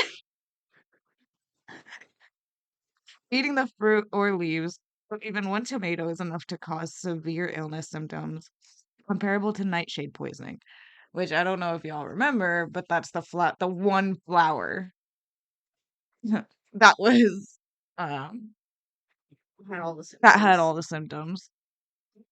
So yeah. In addition to regular tomatoes, so far the heater the heat hmm, the heat and oil from the bearskin seems to cause a chemical reaction with the sugars of the leaves.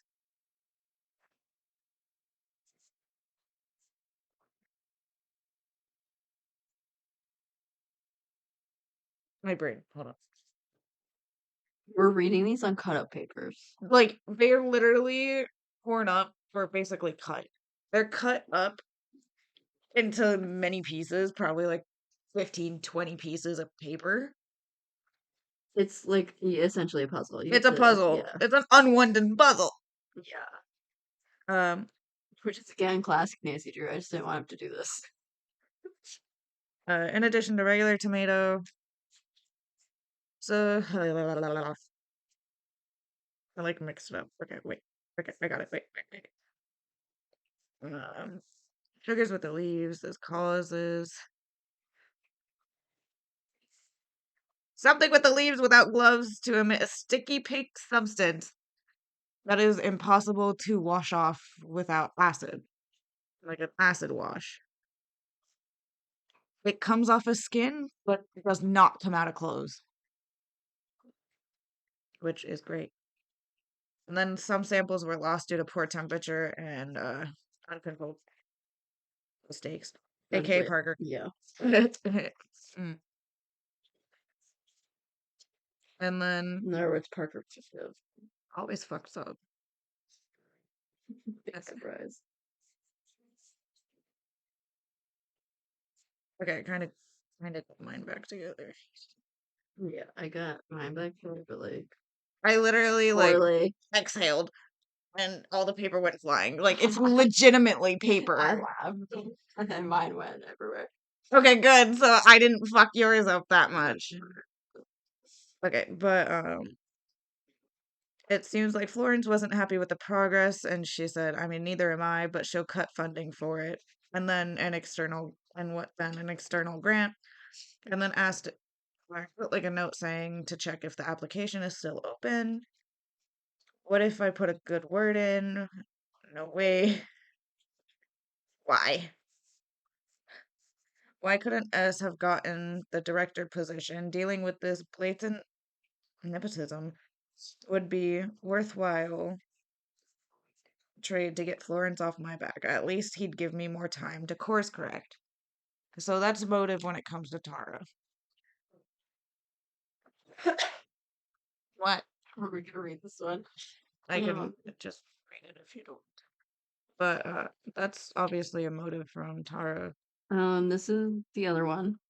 hopefully. Oh, I'll figure this out on my own. Can't show anyone what I'm doing. So swipe some research notes that should Sus. help me out. Latest readings on tomato samples. 300 milligrams of solanine per leaf, 4 milligrams per gram in the fruit. The fruit is way less dangerous. Better use the leaf.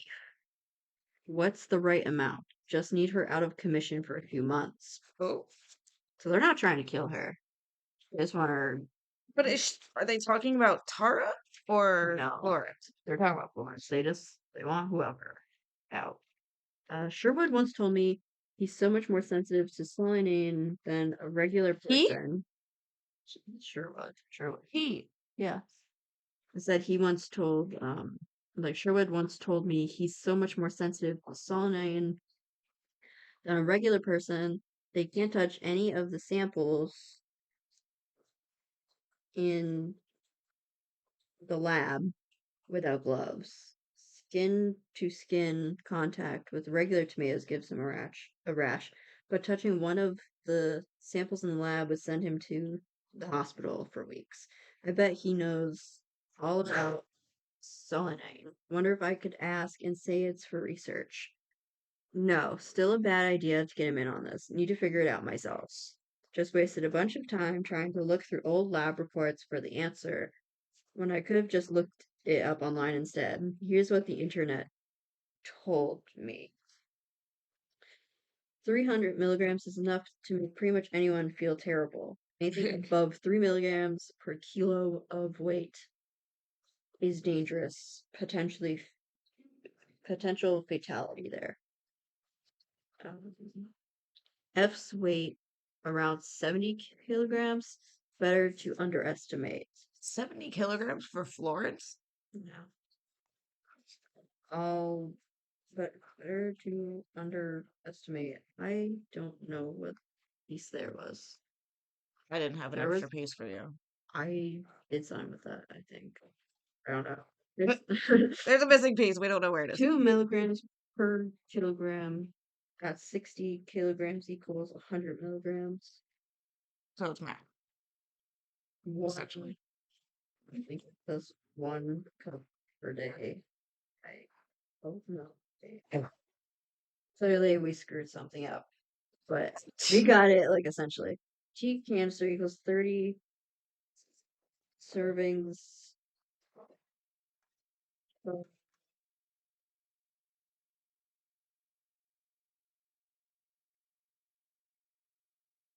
Whatever.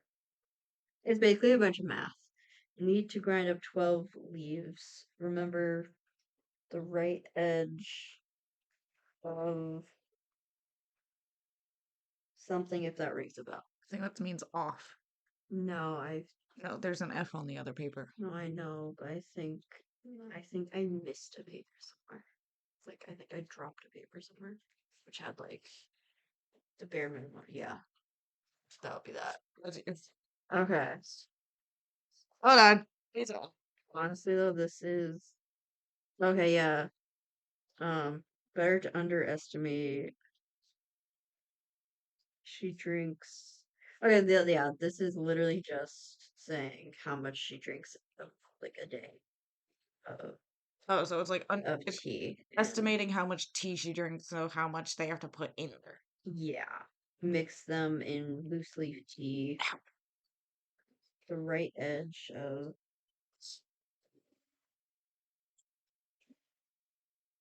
Or over the center of X. The right edge of O over the center of X. Alright, so it's obviously two different people. And that's the only person we didn't see write anything.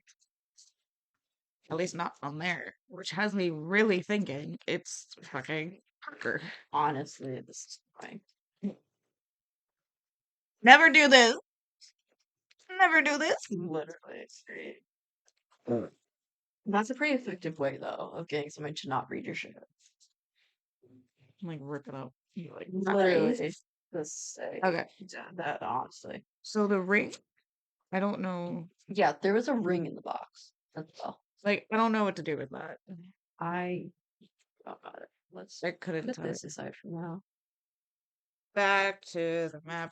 Back to life, back to. Because we have, I mean, we did one thing with the map already. I feel like So the sticky notes done. The garden packets are done. this was like literally No reason. nothing. It's literally just a fake piece of evidence. It's literally just this. Literally, why? It's just a tea thing. It's just the tea order. Literally just like putting this and Kindergarten.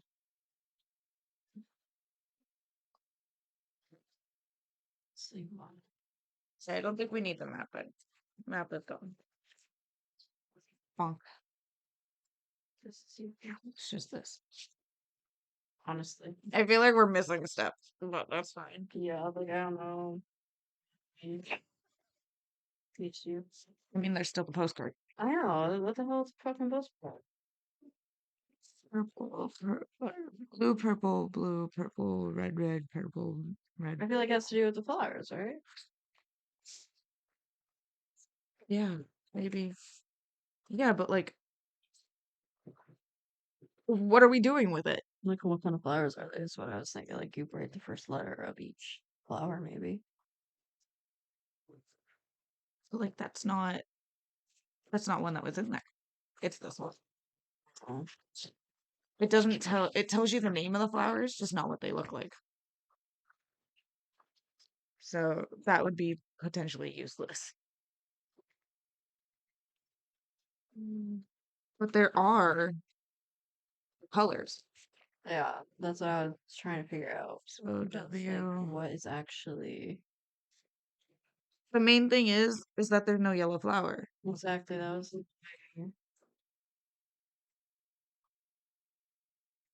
I don't know. I was listening for a second. I'll look at Brain broken. After 20 minutes of discussing, we have decided to cheat with this part of the puzzle. Simply because our stupid brains cannot figure it out. and we're not putting the pieces of paper back together. We already put the puzzle away because we're at a very tiny table, meaning we need all the space we can get. So we were looking at the hints, and the hints still made no sense. So the first postcard reveal says each of the colored dots on the postcard corresponds with a specific flower in the drawing of the bouquet. Really? No shit. To reveal the hidden message, you must connect each of the flowers to one another in order to, and the order of colors are given on the postcard. The shape that you make connecting these dots will be a letter. There are 9 letters in this message in total. I'm not drawing them. I still don't understand. I don't either, honestly, but like, I'm not drawing on the postcard. You must connect each of the flowers to one another. Alright, what's the next one? I'm not doing that shit.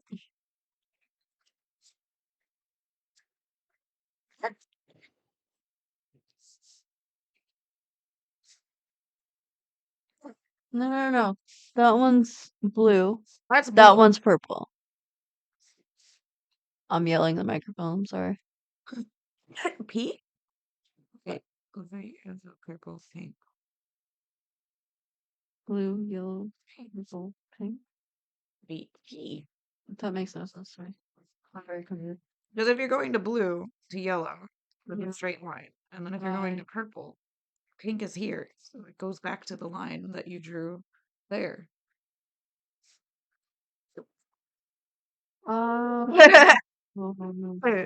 Try that. And then if that doesn't work, we're gonna look at our hand. Yeah. So P. What's the next one? Alright. Goes to white after that. Purple, pink, White. A.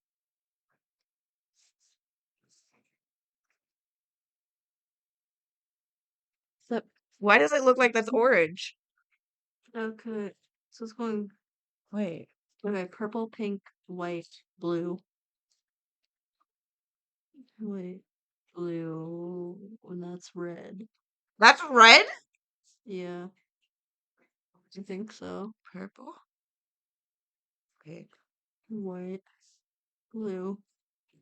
And then this one, which gotta be red. It looks like this one though. Yeah, that Like yeah, that that one. doesn't look red has to be that one. Okay, so that's we're Okay. gonna call it orange. So purple, pink, White, white. blue, orange.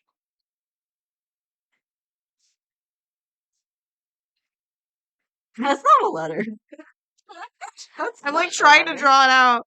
That's not a letter. And then row. Purple, pink, white, blue, orange. That's The only thing I can think of is Q. fucking cute. Yeah. Lowercase q. If you like go down. Oh, for doing the arcade. What's PQ have to do with anything? I don't know. Together the next day. We were on to that and then lost it. Okay, we'll just skip to the next one. Each one makes a letter, but like we'll skip it. We'll figure that letter. So blue, yellow, blue. Wait. Blue, yellow, purple, pink, Orange, blue, yellow. purple, blue, yellow, Oh, blue, yellow, purple. oh, pink, orange. It was an A because that's an R. Parker! It's What's Parker what? No, what do we need Parker? Hold on. 1, 2, 3. So now we're on purple, pink, white, blue, orange. Purple, pink, Purple, white, pink. blue, orange. What? E. Okay, wait. That would be our A. Hey, wait, hold on. Yeah, it's literally the same thing as up here. There's no way. What? What? Brain broke it. Hold You on. just put another A. It's another message. Like it's a message. Is it an A or is it an E? I guess it's an A. If that one was an A, that one's gonna be an A if it's the same. Wait, We could do P both A ways. R A. We could do both ways. Like if you want to write both down, we can. So I feel like neither of them are. Here. Neither of them look right. Hold on, do the thing again. What? For which one? Purple, pink, white, blue, orange. What's that?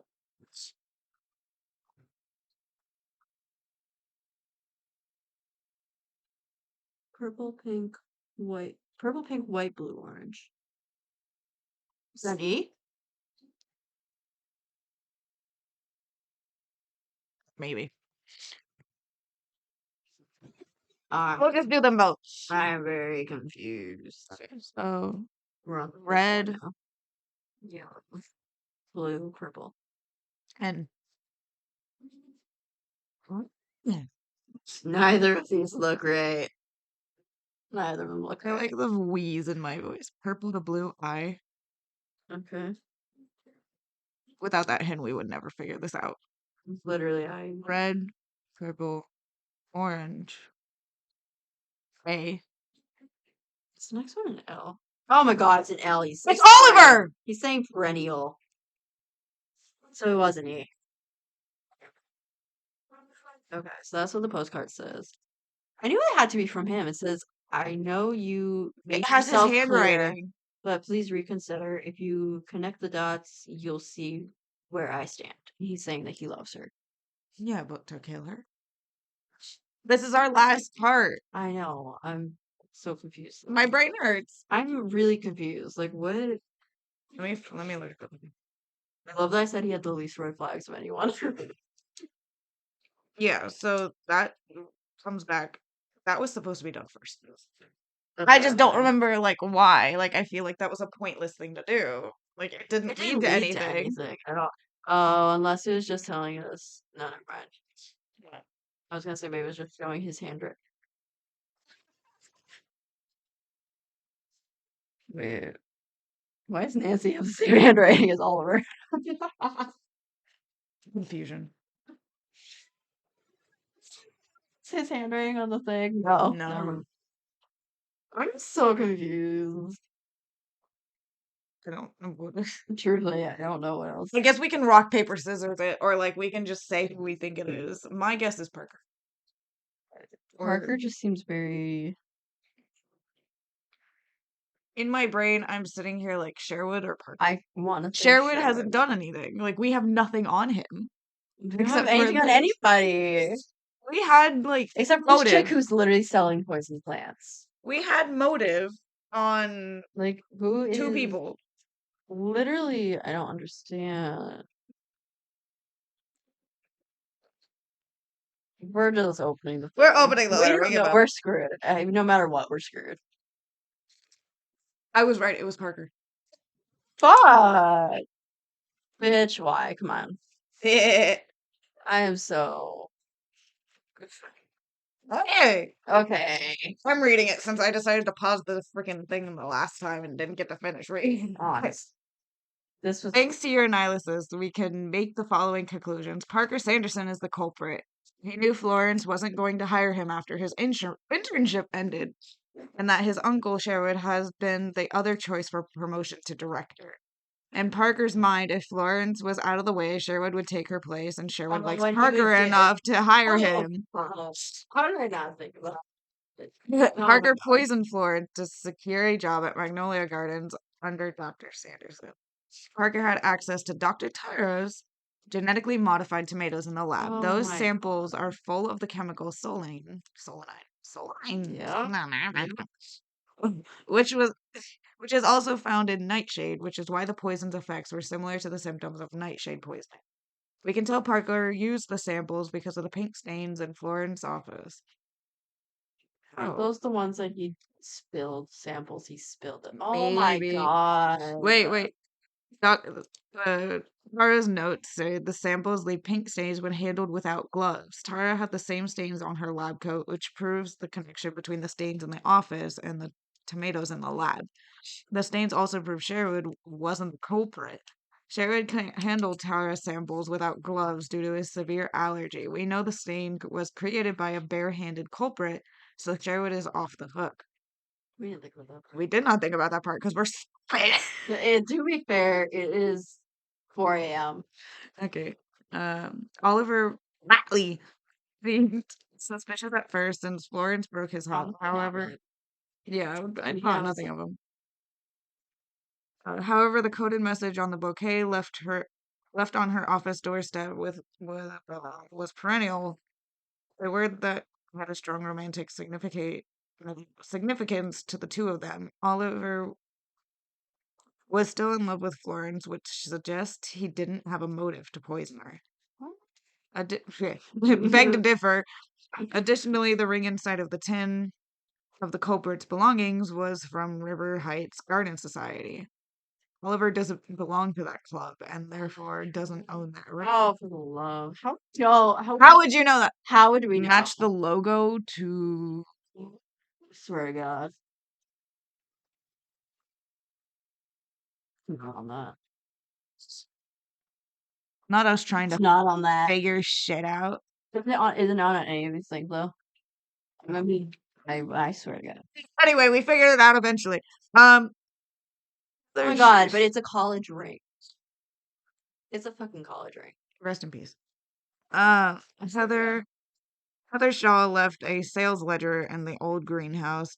Deciphering it showed that Heather was stealing plant cuttings and selling them, but we were right on that one. So we got that. But her motivations weren't selfish.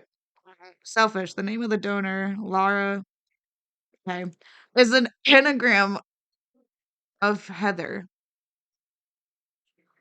An anagram. What the fuck? Heather was donating her proceeds back to the botanical garden. She was going to reveal her sales to Florence to convince Florence to sell plants at the gift shop. Oh, yeah. That means that she didn't have any motive to poison Florence. True. The page also gives Heather an alibi. During the time of Florence's door was unlocked, Heather was busy at the opening and then making the sale at the greenhouse. She had no opportunity to poison the tea. Yep, I missed that part. I think that's Tara. I did not even write down the No words. Tara had a strong motive thinking Florence would uproot her research project. However, she had no opportunity to poison the tea either. On the night of the opening, Tara gave her lecture and went straight to a call with the Tom Swift Company. Yeah. Her, In a desperate bid to secure funding that could save her research, she stayed on call until after the door was locked again. When I first visited Magnolia Gardens, I never would have guessed there was so many secrets buried just beneath the surface. I'm glad you could help me dig them up. As you can see from the article I sent, I passed our finals findings on to Florence, who, like me, has thankfully made a full recovery, and to the authorities. We hope we get to work together again someday. Well, let's hope next time I won't have to get poisoned first. well, that's from Nancy. Yeah. You want me to read this one? Your voice is like. You read the last ones. Let it die. Do it. Just let it die. I love to talk on Margaret.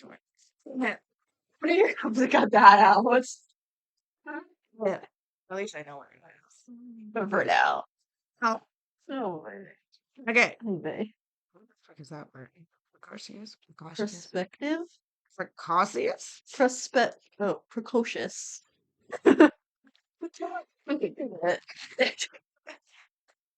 Precocious private eyes put perspective on poisoner in his place. You think?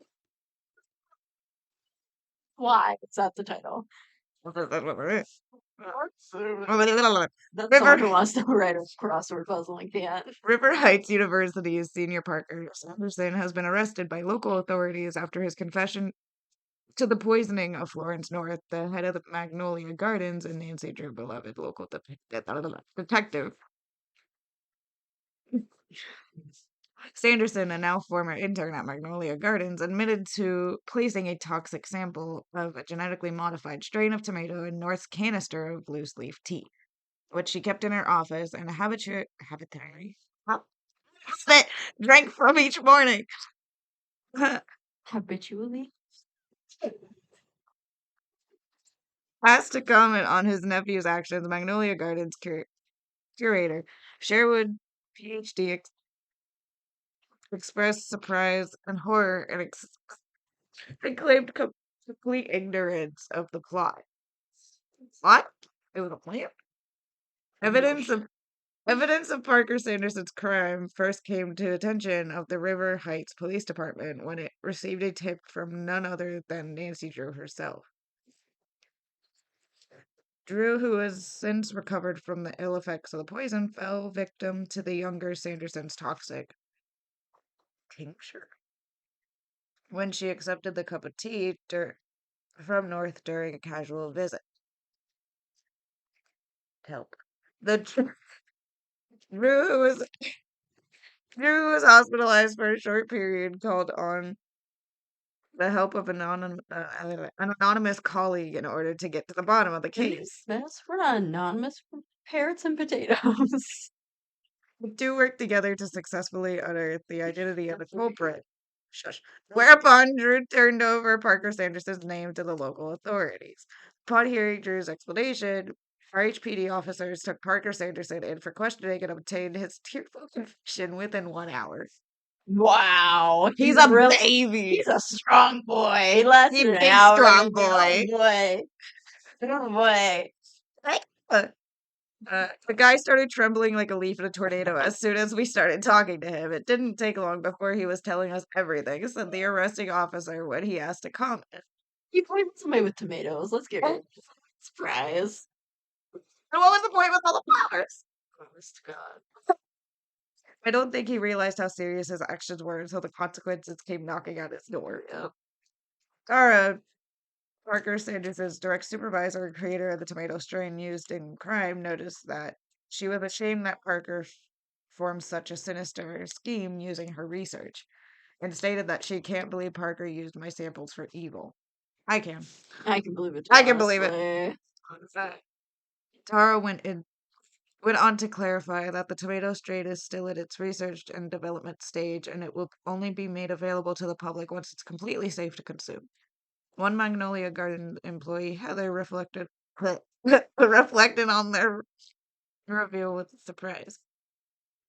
Parker never seemed to be the type of total creep that would literally like poison someone just because he was mad about getting a bad grade or whatever. Yeah. I can see that shit though. I guess it just goes to show you that everybody's got weird secrets and stuff. She's selling poison fucking plants. Like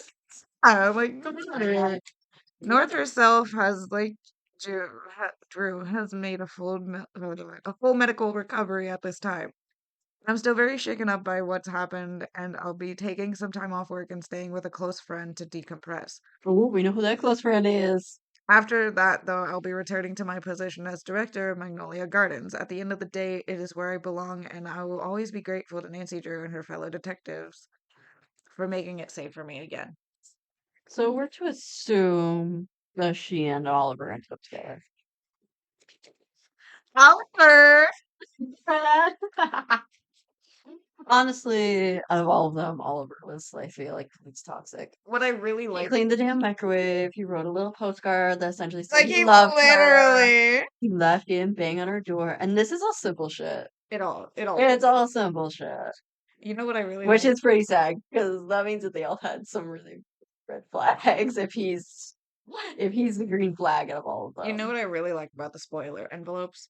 Is that all you have to do is open it and like And yeah, peek inside because it's right there. That's why when I opened it and I looked inside, I'm sitting here like, I knew it! bitch. All right. Anyway, that was took less time than the other ones. And well, we did cheat a little bit. Really? We just looked at the hint. We cheated, but we didn't even need it. It was irrelevant. It literally was irrelevant. It's literally an irrelevant piece of the game. Honestly, there's so many irrelevant pieces in this game. Yeah, honestly, I like the other one better, but I that's just liked the other one because better, too. it was. Which is sad because I'm a Nacy Drew super. I mean, yes, but like when you think about it, which one was easier to solve? Yeah. Like one which was one caused more more interesting? interest Yeah. or had more. This is more like for someone who wants to just collect Nacy Drew shit, I think. Everything I is feel in here, like right? Like all the pieces of paper and stuff I like that. I think so. So it's just those papers and the ring, right? Yeah. Okay, yeah, everything's in there. So I would Okay. lock that and then I'm not gonna remember the code. yeah. You have to have the code like open. It's like onto what you need to Yeah, it be. is. Okay, and then yeah. Don't pull it. But There you go. you can do that. Well, I may have just fucked it up.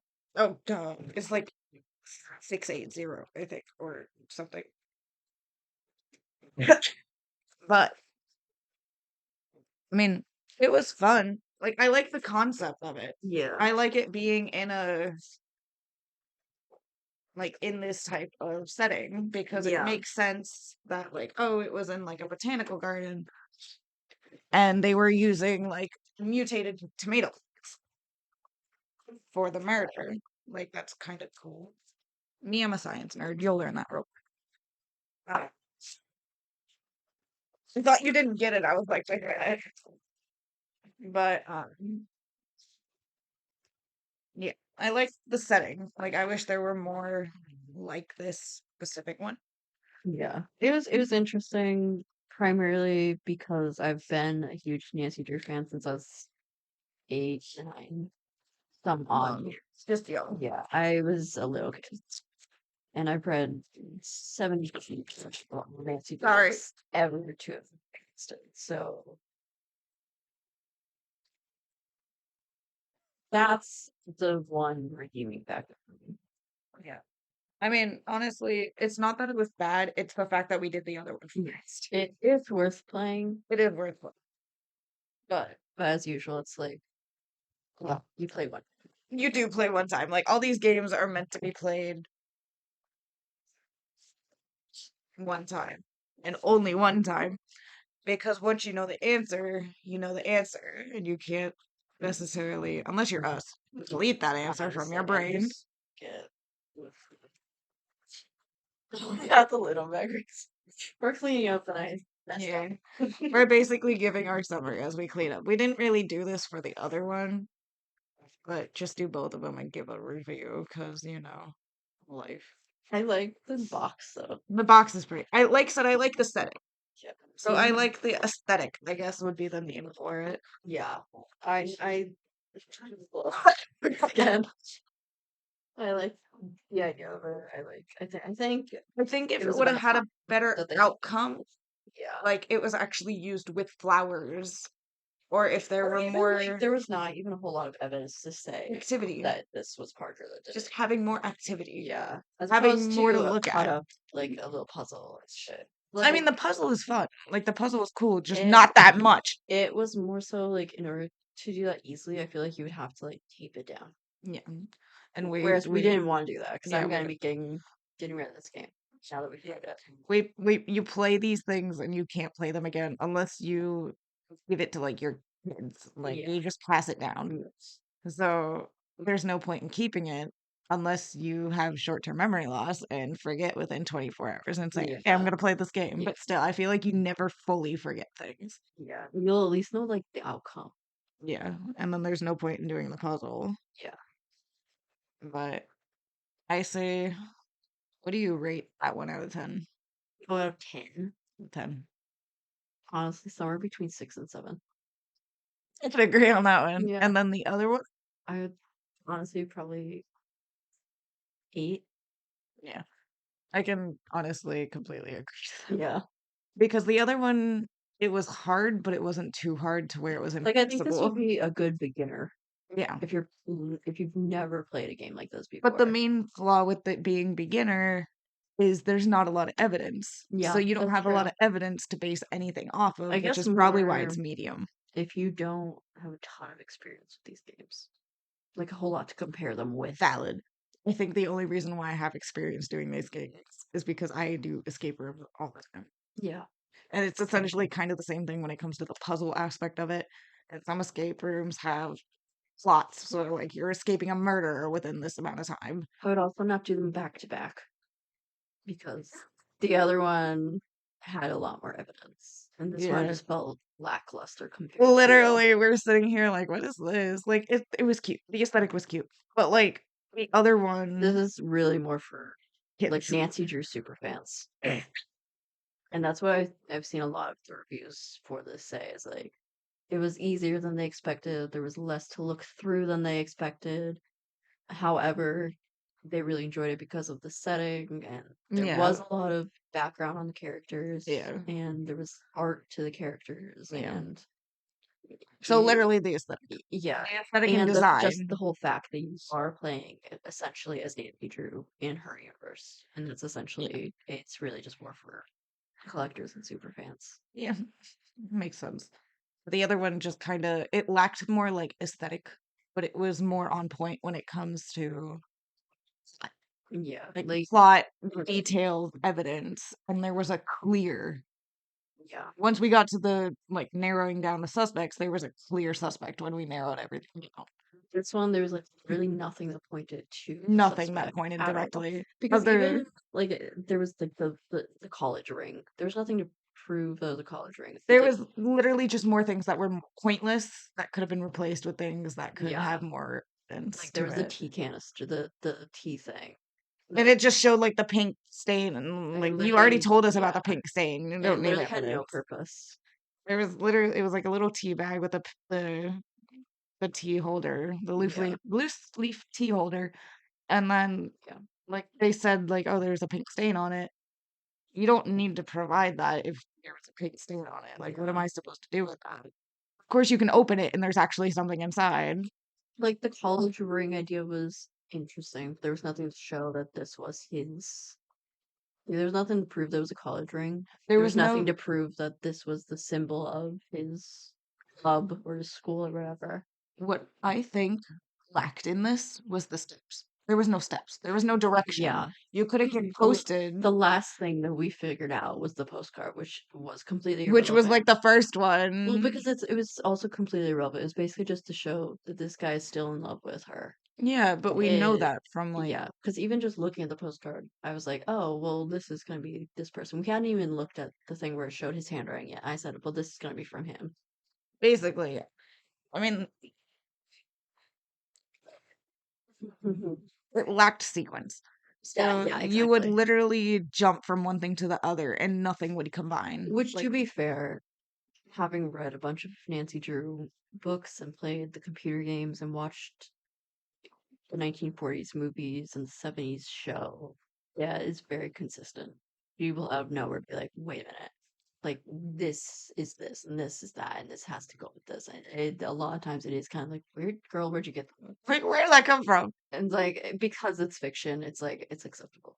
But like the Yeah. it lacked realism in that sense. Basically, Whereas the other one there was was like, no sequence of events. the other one you had so much You had information. to You follow had to actually something. follow Like the other one, you had to work on one thing. You had to work on that one thing. You had to figure in out that order one to thing, and get you had to to, go to the next thing. yeah. Like everything was connected. Whereas If this you, one, you can do it all at any point. yeah, if you didn't do this, you couldn't get into this. This one, you could literally solve it Randomly by like shit out. like one of the fax letters or something like that. You can Yeah, literally figure that out yeah, because obviously Parker was the only one with the true motive.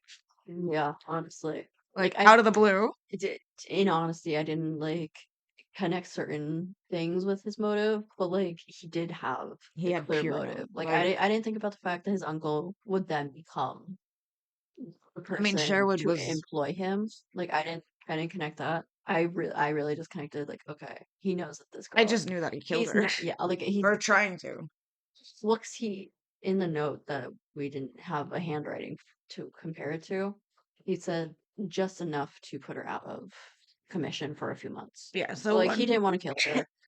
And he even said it's better to underestimate because if it's overestimated, it could cause death. It could kill. So Like he's not going to jail for murder. he's going for attempted murder, Well, yeah. but the two pieces of paper, the tore up pieces of paper. Please never do that again. Honestly, I mean, kudos to One of whoever them. wrote it up and One. decided to like, get all those copies and put it through like Shredded. a thing to I like feel like fit into it. one piece of paper would have been fine.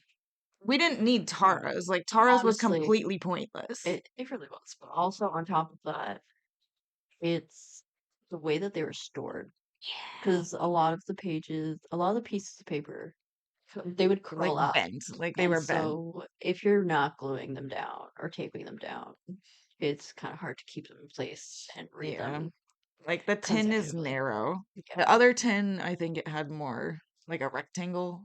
This one For was the one other of game, those skinny yeah. The other game rectangles. was more like, had a more like lunchbox where they kept pieces in it, like a miniature Yeah, lunchbox. it was bigger, so you could Yeah. actually store that type of stuff in there without Yeah. problems. But this one, like half the pieces were curled. It was frustrating. It was hard. You couldn't breathe. Yeah. If you breathed on them, they'd go flying and you'd have to restart. And that's why we had to pause the recording and Because do it again. we Just also do it off laughed though, camera. because like we are best friends, so we laugh at We like laugh pretty at much our anything. trauma. We laugh at like, pretty much everything. So like I was laughing at one point, all the pieces went flying. I was like, no, What now I I have do, to hit like my fix it. knee. I Yeah. think I hit my knee. So I started laughing. I'm like, well, now I have to fix all of this. And then Yeah. I was missing a piece, and I found it. I She think found it on the floor. I literally like coughed and all my pieces went Yeah, whoosh, yeah, whoosh. But I mean, overall, these things are fun to me because I yeah, like puzzles. I like puzzle games, hence why I yeah, like escape rooms. So like yeah, they're fun to me. Like I like them. So definitely doing more yeah. of them because one, they're fun. And this and the last one are both the same brand, I think, which is another Yeah. weird So kind of it's way Hunt to a look at it. Killer, Hunt a Killer brand, Yeah, and then the names of them are just different. yeah. And next time we're gonna do a different brand. I have another game Oh, nice. that is a different. Well, So we're gonna try that one out. hopefully. I'm gonna stop and get it. If you can talk. We're gonna do it tomorrow. Yeah, I'm still gonna probably talk. If we can talk. If If like either of us can talk. like This is what we do in our flu time. our flu I time. don't know. I don't think it's flu though because my nose is running. And with the flu, I don't think you had that or have that. I'll look it up. Medical people do know the answer. I'll look it up because the flu and the cold are often confused with each other, but it's literally I had the flu like a couple months ago and it's the same starting process. So Yep. I'm probably gonna start dying soon. Oh boy. Out of context, that sounds bad. Not literally, figuratively. Figuratively. As I choke on my tea. Uh, Not poison tea. you want some tomatoes?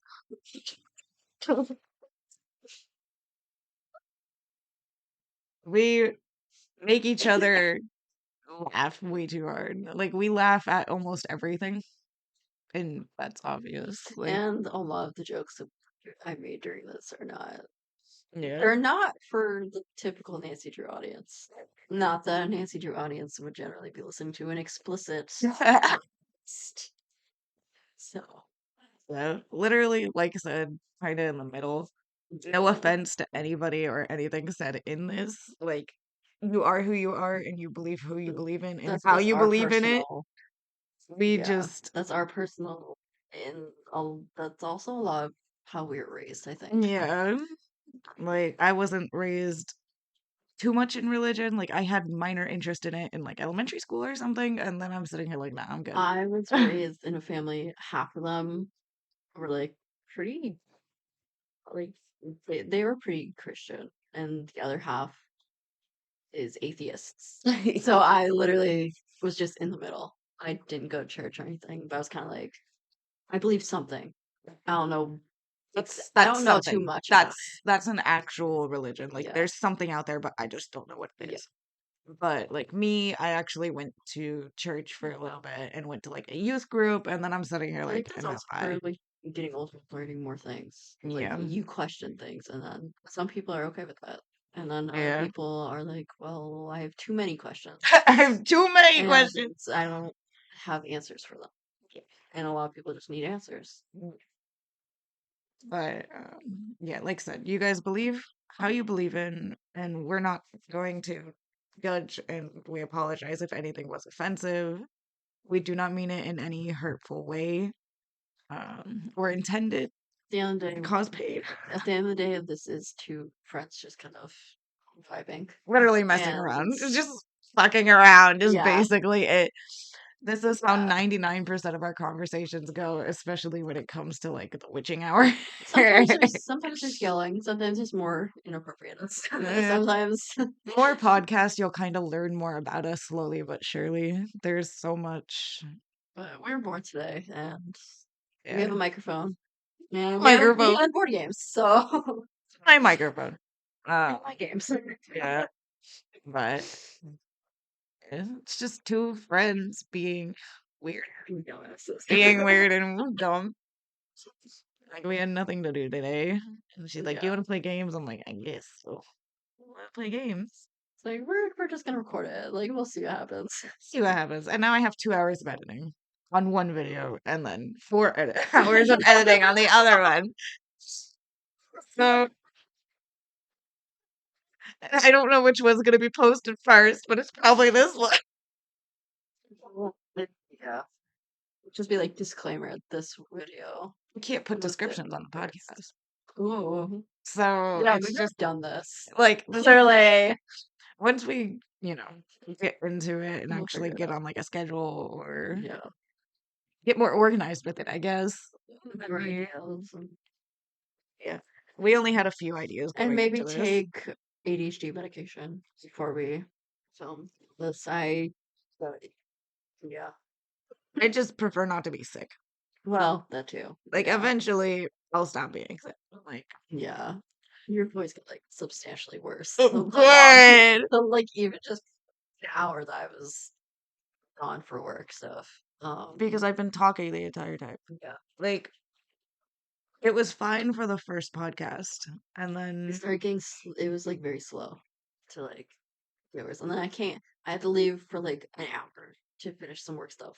And I came back, she was like, yeah, I was like, oh, okay. yeah, because I was talking the entire time Yeah, she was gone. I was on a yeah, phone call with my parents and just talking with them because they yeah, wanted to call me. And then that phone call lasted past the time where she came back. So yeah, I was on the phone for overextending amount of time. It was yeah, probably like an hour and a half. yeah. And we didn't finished the game before she left. Yeah. The first game before she left. So we had to go back and finish the Yeah. first game. We finished on pretty quickly once I got back. Once we figured out what to do, yes. Once I got back, it only took like 20 minutes. yeah. It only took 20 minutes when she got back because at that point I think our brains finally clicked. Well, because I think once you figure out like certain parts of it, It should be easier. it's like okay, wait, all of a sudden you have to connect that information to this one here, etc. Yeah. Which is what I liked about that one. Like they Yeah. actually like There's followed synchronicity. through. There's synchronicity, and this one, No, yeah, it did not it was exist. all just all over the place. Like you could literally do it at any point. Like you could probably find out the murder just by reading like the The fax letter, not the but fax letter, it that was gives like a the major. performance letter. Yeah, Like the yeah, yeah, yeah, performance. that one. The document that told him That he told was because he had to sign it. His signature was on that, so he knew he wasn't being I mean, murdered. yeah, he saw the document and I'm sitting here like, Like ooh. that's the biggest motive that anybody had. Like he obviously it kept on mentioning his I passion. I made a mistake in thinking, okay, well, there's not a whole lot of evidence for him. Maybe I'm missing something. You kind of open the envelope. You're like, I know what it is, and I'm done. I was like, I don't know. He Like he had a massive motive, did have a best. but Nobody else had any at the motive. same point, I was like, it almost feels as if there's just nothing to say. Nobody. It It was just her. I was like, am I missing something here? Like, did we not connect something? But It was we had gone through everything. this one. I did not have a set suspect. Yeah. Like me saying Parker, I'm sitting here like Parker. That's just me He's just a trusting my bitch. gut. Like he was just a little bitch. Like that's me trusting my gut with Where's the other one? attitude. Where's the other one? Once we started getting all that information figured out, we were like, okay, We were eliminating people. yeah, Like we actually had the process of elimination with yeah. that one, so we could Whereas the actually only follow person who like we really were able to eliminate in this one was Oliver. Oliver. We couldn't even really eliminate. He was kind of there, but it was a soft vibe.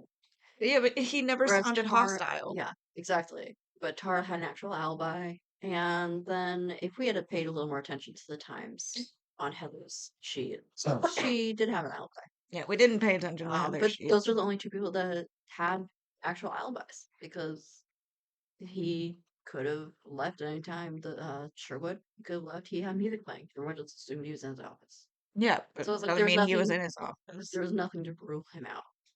There was also nothing about it. Like Sherwood had nothing. The most he had was that note. And we didn't connect the person who poisoned the tea was using bare hands to do so. Yeah, but it's also like that goes into play with the fact that you don't have to put two and two together to figure it out. Yeah. Like this one doesn't require that much brain power to where it's impossible to solve, and you don't really have to go through each step of evidence. Yeah. Like there was so much that we didn't even have to look at in order to find it. And we're just two people. I feel like we finished this pretty quickly. If you had a larger group of people, No, 20 minutes. Yeah, 20 minutes. absolutely. At least this one, 20 minutes. Whereas the the other other one it would was take- probably still take an hour.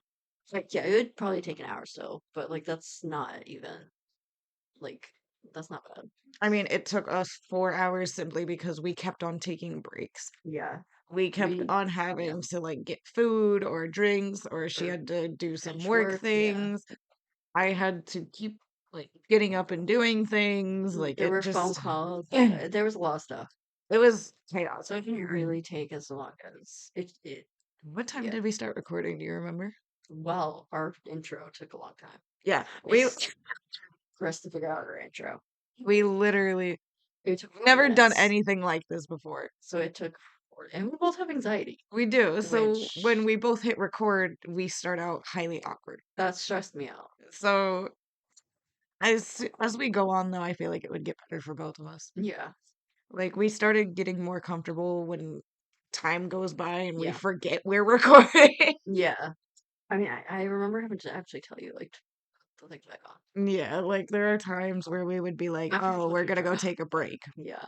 or like we're gonna solve this off the Like, we figured podcast. a couple things off camera. 90% of that off was microphone. yeah, off podcast. Yeah. Like I think we record. did. And we just had to kind of. What did we do off podcast with this one? Well, we did the puzzles. We did the first paper, one, the and we paper read all puzzles. that, and then we kind of had to reread it for them. Yeah, We which read through you it. can definitely tell is like we're reading from like scraps of paper. Yeah. Like you It was can, really hard. it was We were hard. sitting here trying to push them back Yeah, together. because they moved. There were Yeah, pauses, and then I know we like my did missing parts of piece. the other ones. We did parts of the other one, but it was more so a lot of reading. There was a lot of rereading things that we'd already read.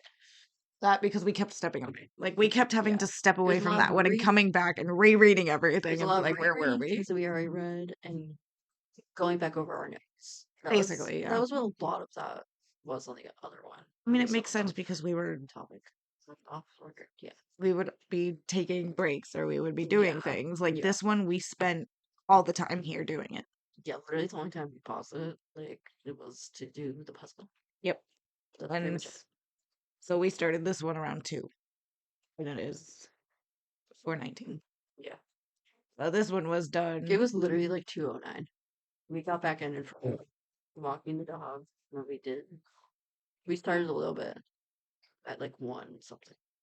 We like set it. And then we paused it to get tea. And we We came set back. it up We basically. basically, yeah, we Or like paused it read everything. twice. 90% of this video Yeah, is reading it. yeah, Like literally just reading everything. And part of me is just yeah. like, at this point, we know what the objectives are. It's just finding the murder. It's just going through that like inventory list. My favorite part about this game, this Nacy Drew one, is one, the letter that you get from Nancy. Because again, super fan. Like anyone who's buying this game, they're they're buying it because it's Nancy Drew and they're a fan of Nancy Drew. So that was cool. And then I really like all the backstory that you get on the suspect cards. You get love, like someone put time and effort to make character art for these things, and then you get more than like just their age and their You get career. like actual background You on yeah, you them. get background on that and a little bit on You could probably find the background for Punisher just instantly. honest. Like you could Yeah, probably find his motive from his. even just his picture was like pretty. It seems sus. Like the minute I saw him, I'm sitting here like that doesn't look right. He did have some pretty dead eyes. Yeah, you He just had like some dun dead dun eyes. dun. Yeah. It was like a Like shark. anyone who dresses like that and doesn't want to clean up after their own messes, but they want, like, uh, they want a degree in, like, this scientific field, Yeah, but they don't basically. want to do anything. Like, that was a red flag right there. Like he kept on talking about how gardening is his passion and like biological chemistry is his passion, but he fucking a lot. Yeah, and then he's like, the scientist is just taking out her anger on me, making me clean up my own messes. It's Yeah, like, okay, because bruh, that's not adulting. like, You're come on now. 21. Like we thought he was a Well, child in his photo when we because first saw it. literally, it's not even like he needed help doing, like, cleaning up some, like, big fuck up. He spilled something and he didn't, like, that's just literal being irresponsible That's at just all. being respectful. You're Es- in someone else's especially, space. especially they were dealing with samples that, Like he's an intern. well, I He's not know, getting paid for this. yeah, but But like he's you're a, still dealing with scientific samples. You should literally. never leave those out, like You regardless of what it is. it lacked lab safety, and of course like it said that in that Yeah, the basically it was a dismissal. a dismissal, but It was like there's an essentially a actual term. dismissal with the school Evaluation. saying, yeah, saying he There's no can stay for the rest of his internship that we've promised him. But after yeah. that, he has to leave, He basically. gone. Yeah, Bye. You basically, suck. we promised you a certain amount of time. That's all we promised you, and we're Yeah. not doing more. Feel like we've given him time to improve and he Yeah. hasn't. And Well, that's the then biggest thing. Is like people make mistakes, yeah, but and if you it's get more you have to try and fix that and do better. And this guy didn't. him, he just kept on fucking up. And he decided to poison someone with tomatoes as a solution. So That's what I don't think he's graduating anytime soon. that's what just makes me laugh a little bit because poisoning somebody with tomatoes.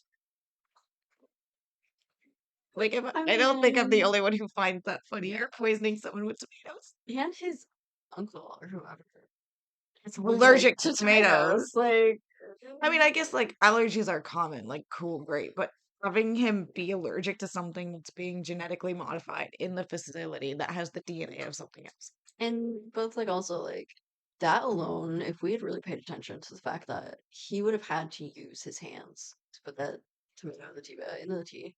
That automatically rules this one guy out. And it's like, there's two alibis for other people. Because like there's many ways. Yeah. You don't have to use your hand. Like you can wear gloves. Like of course like it was on the tea bag, but like Yeah. that could have been from a prior experiment. Yeah, that's true. Because of course Tara knew that you have to wear gloves. So Tara Yeah. would wear gloves Yeah. to prevent evidence. Yeah, shoot, yeah. So that completely rules her out. Yeah, she had like stains on her lab coat. She was like, it It doesn't says come it's out of impossible the to get out yeah. of clothes, but it can get off skin Yeah. with like an acid bath. Good lord. It said that, like on the ripped up pieces of paper when you had to put it together, it said that it only comes off with like an acid soap, like an acid wash. Yeah. So Yeah. have fun with that, Parker. You're going to jail. Yeah. For poisoning someone with tomatoes, that's really what we need to end that on, is he poisons someone with tomatoes. If that doesn't scream, I like Salty. selfish, neglected, like Toxic. a toxicity. I don't know. And he Toxic was Parker. cocky right off the bat. Toxic tomato poison. Yeah. Cocky tomato poisoner. Oh my Yeah. god. I mean, really. It was.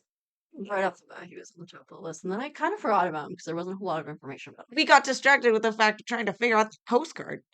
There was a lot of things, though, Yeah, they're that it was like irrelevant.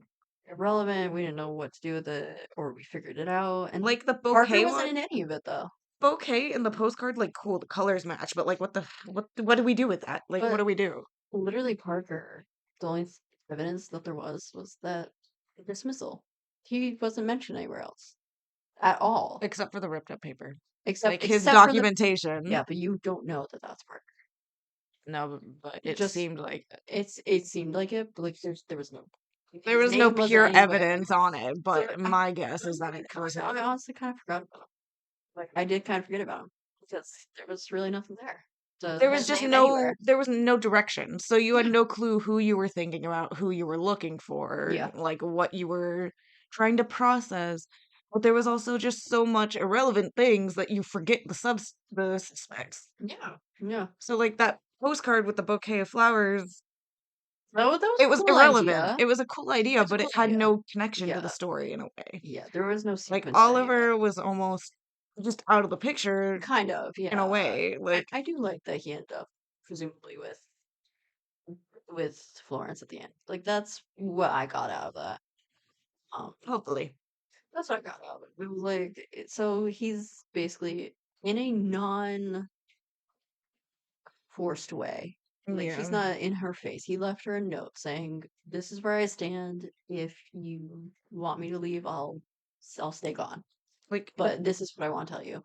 And that's kind of where like he left it. He he left and didn't come back. he obviously had respect. Yes. Like he had respect. He respected boundaries, at least like majority of the way. He respected his Yeah. Like boundaries. he didn't stick around and wait for her to come out for office. He left her a note. I mean, He he left knocked on her the word. door and then left the note after no response. Like he didn't just keep on Yeah. pushing. And that's pretty sad. That's the biggest like green flag in this game with any of these characters is I mean, like this guy had basic respect. Heather, it was like her demeanor sounded off, but So her I mean I plan, get that she had like a genuine like, okay, this is good for the business. business plan, She did have a good business plan. she did.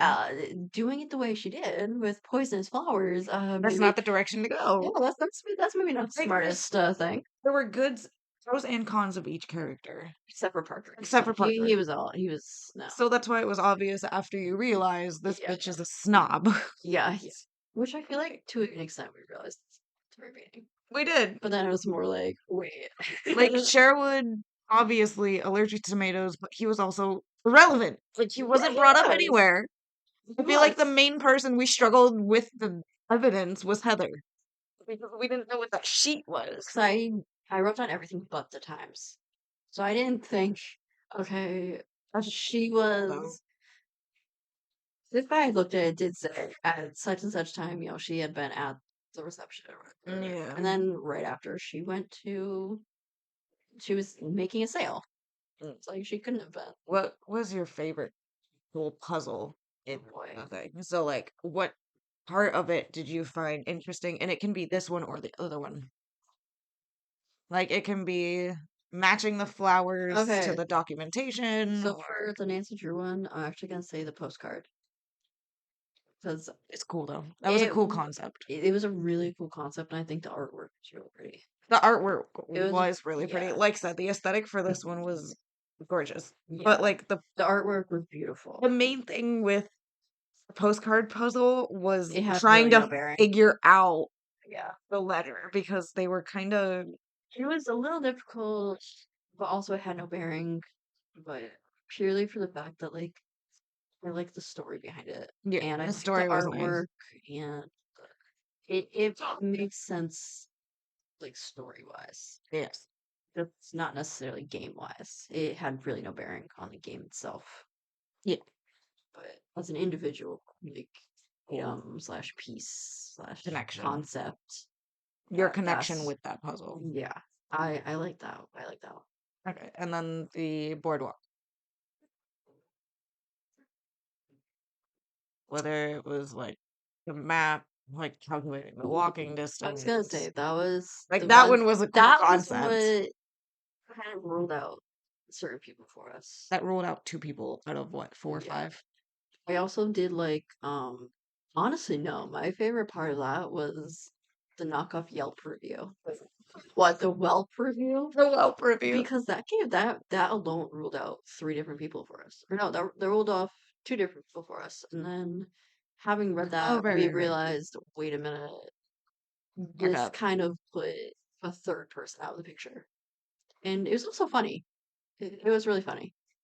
There was actual like There it was emotion to that yeah, puzzle. it was a story. It was a Like story. that in itself was like literally a story. That without that information, you wouldn't know what to do. We were That was like literally clueless for a hot yeah. minute. That We was were literally sitting like here. it ruled out 2 people completely, and then that led to the third person being ruled out when we reevaluated a Yeah. prior puzzle piece. So for this one, I think my favorite one was matching the business plan to the flower Okay. purchased Yeah. and the quantity.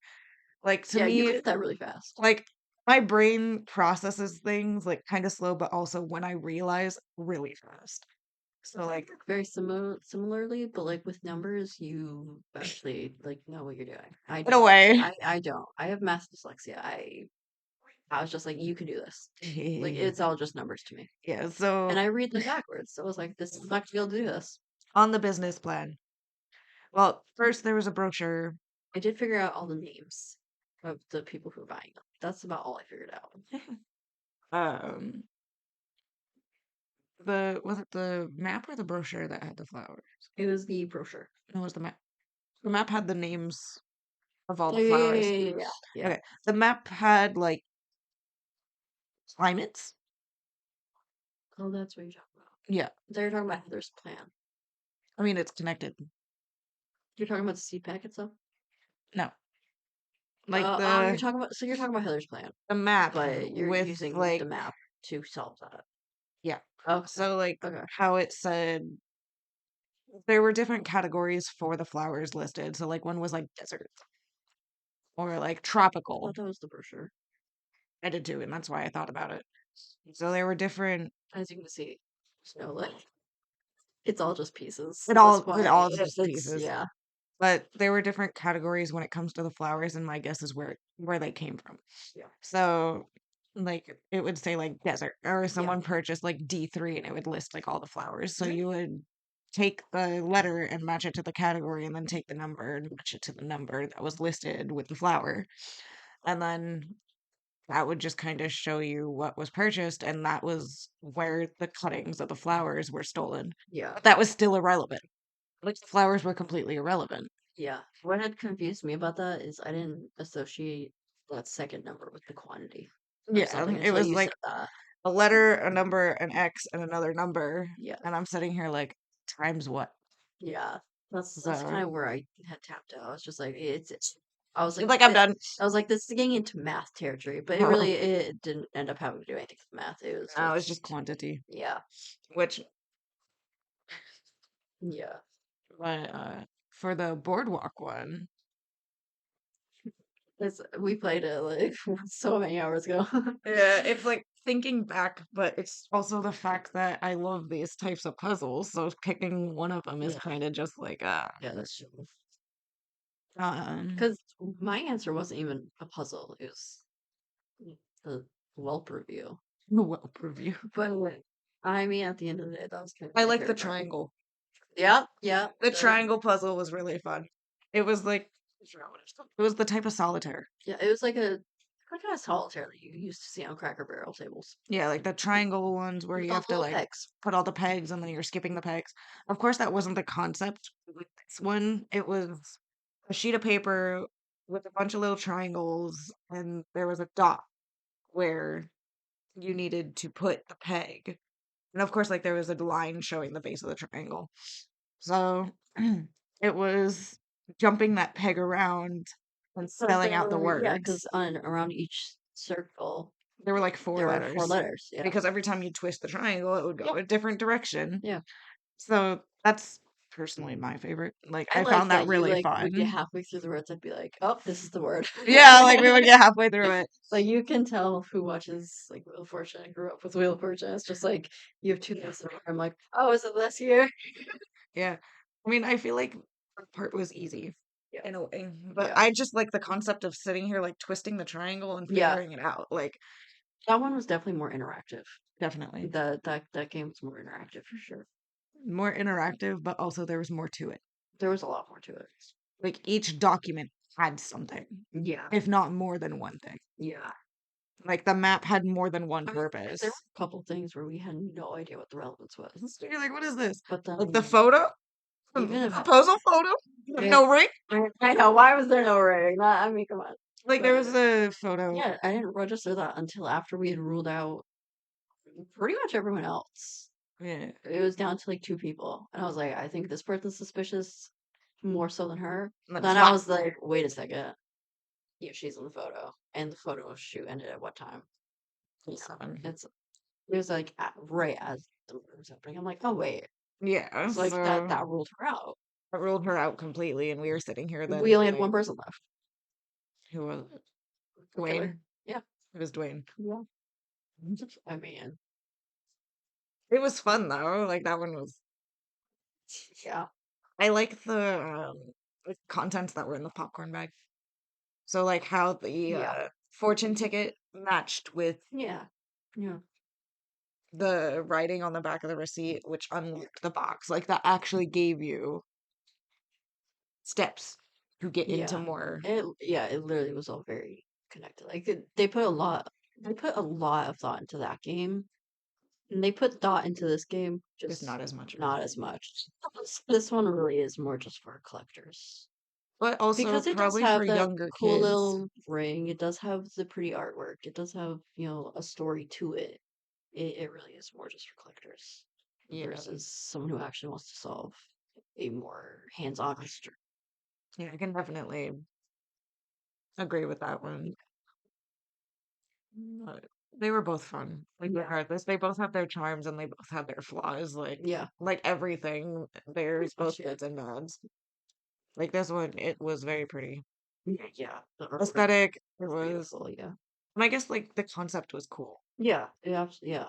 Like, I mean, it definitely I don't know if it makes sense, but it played as a Nacy Drew game. yeah, Like it you basically yeah. felt like you were in that book. Yeah, it felt like you were kind of just reading a book. 'Cause Uh, they are short books, so they do resolve themselves pretty quickly. So like yeah. also in that regard, it was very much like a Nancy Drew mystery.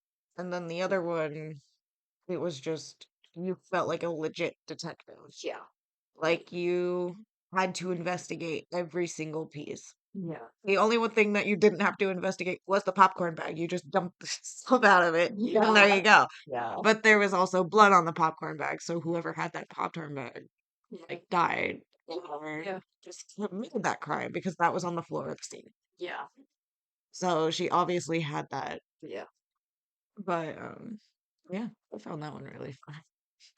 I love the concept. I think we're gonna be looking on like Amazon now. Yeah. I mean, also it depends on how they do, like how well this type of thing does. Yeah. And I guess it's not as much chaos as we expected to just introduce, but I'd rather go into the chaos than just Yeah. jump all the chaos on everybody. Because we Yeah, are, and we were bored and we had nothing else to do, and we kind of had games just sitting around though. yeah, we really We'd did. been And talking we've just about been playing, sitting around. so Yeah. We talked about the podcast literally 24 hours ago. yeah, legitimately. And we're just like, oh, like always wanted to do a podcast. And like we always have these TED Talks and it doesn't matter what they're about. It doesn't Yeah. like they literally just last for hours. Yeah. And there are some things that get like cut out or cropped out or we Yeah. just stop recording and go do stuff. And I mean, like your mom said earlier, like sometimes if you have a best friend and you are able to be like I live very close to you Yeah. when I'm not here. It's like I can come over and just hang out until 4 a.m. and Yeah. talk about whatever. Yeah. And like your mom said, it's kind of like sometimes you need that. Like life is not easy. Like, especially, like, I haven't lived alone before. Like, this is Yeah. my technically, I don't live alone, but that's a story for another time. But, like, living alone after, like, unexpectedly having to move out, Yeah. like, moving out, living alone, adjusting to living alone, having the person you live with just leave about a week or two after you move in. Yeah. So, like, everything got dumped on me so quick. And just you were also switching jobs at the time. Yeah, I literally just started at a different Yeah. job. And I'd also just lost my job. Yeah, so We lived literally Yeah. 10 minutes away, so it's like it was just pure chaos. And then I was also having issues with my demon dog, yeah, she was having some health issues. For knock on wood. knock on wood. I knock on wood. Uh, But yeah, I'm so close. I just started staying over. So lots of late night talks. late night talks, doing random shit, random Inappropriate. hobbies. We literally just generate new hobbies all the time. Oh Like yeah. one podcast might be candle and soap making. Yep. Like we're gonna have nights where we just sit here and talk for 6 hours. Like it's literally just gonna be random. And I don't like we've never done this I think there's before. gonna be more editing into it than More we editing than got. there is recording. Than a lot more than we at least anticipated. I mean, On your podcasts end, I don't usually edit. I feel like podcasts are the uncut version of what you see. So most I would crop out of this, if anything, would be background noise. I'm interested to end up listening to it at some point. Be like, what the fuck are like where are they Going at? back and listening to it on like a day that we're Yeah. sitting here. Like what are they on? It's like I think they're just crazy. I just don't want to listen to myself when I sound like this. Well, yeah. You can listen at I least. don't have the patience to listen to something that's this long, which is why I don't I can't listen to a personally whole lot. listen to podcasts. Like Yeah. I like the concept Every of once in them. a while, I can listen to like certain ones. Like if there's like I listen to Morbid every once in a while, which is a true crime podcast.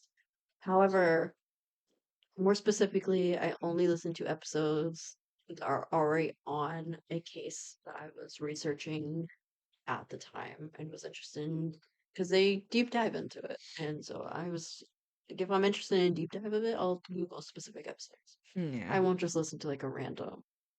Like I have to actually be in the right mood and like it has to be relevant to what I'm looking into at the time because I do a lot of random research. Yeah. But like for me, I feel like the concept of podcasts are Yeah. cool.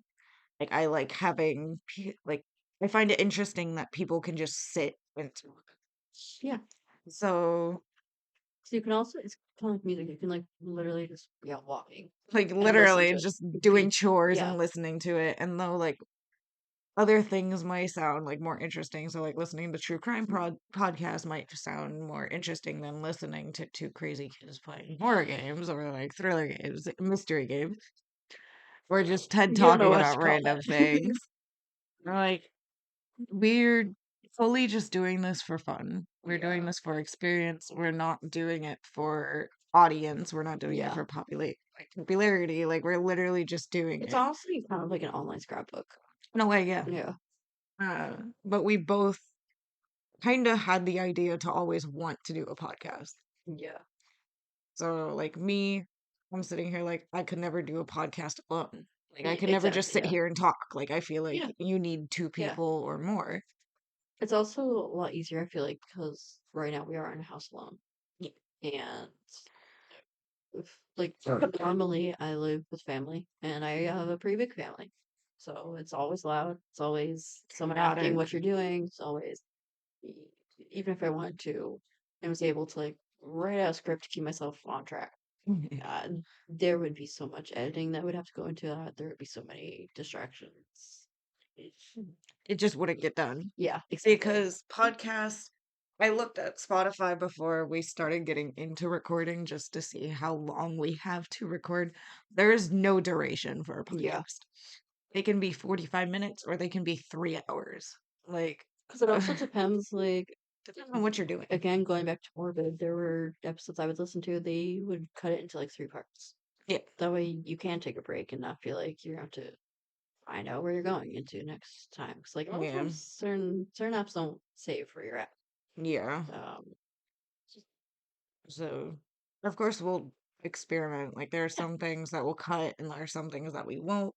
Of course, both of the game episodes yeah, will be trimmed yeah, because there are so many spots where it's just empty, yeah. where we're sitting here We trying didn't to think to pause it. process, We didn't or think to pause it before, it's mainly the first one. Yeah, yeah, definitely Like, the this first one one. is pretty much straight through, except for the minor pauses, but that's still going to be taken out.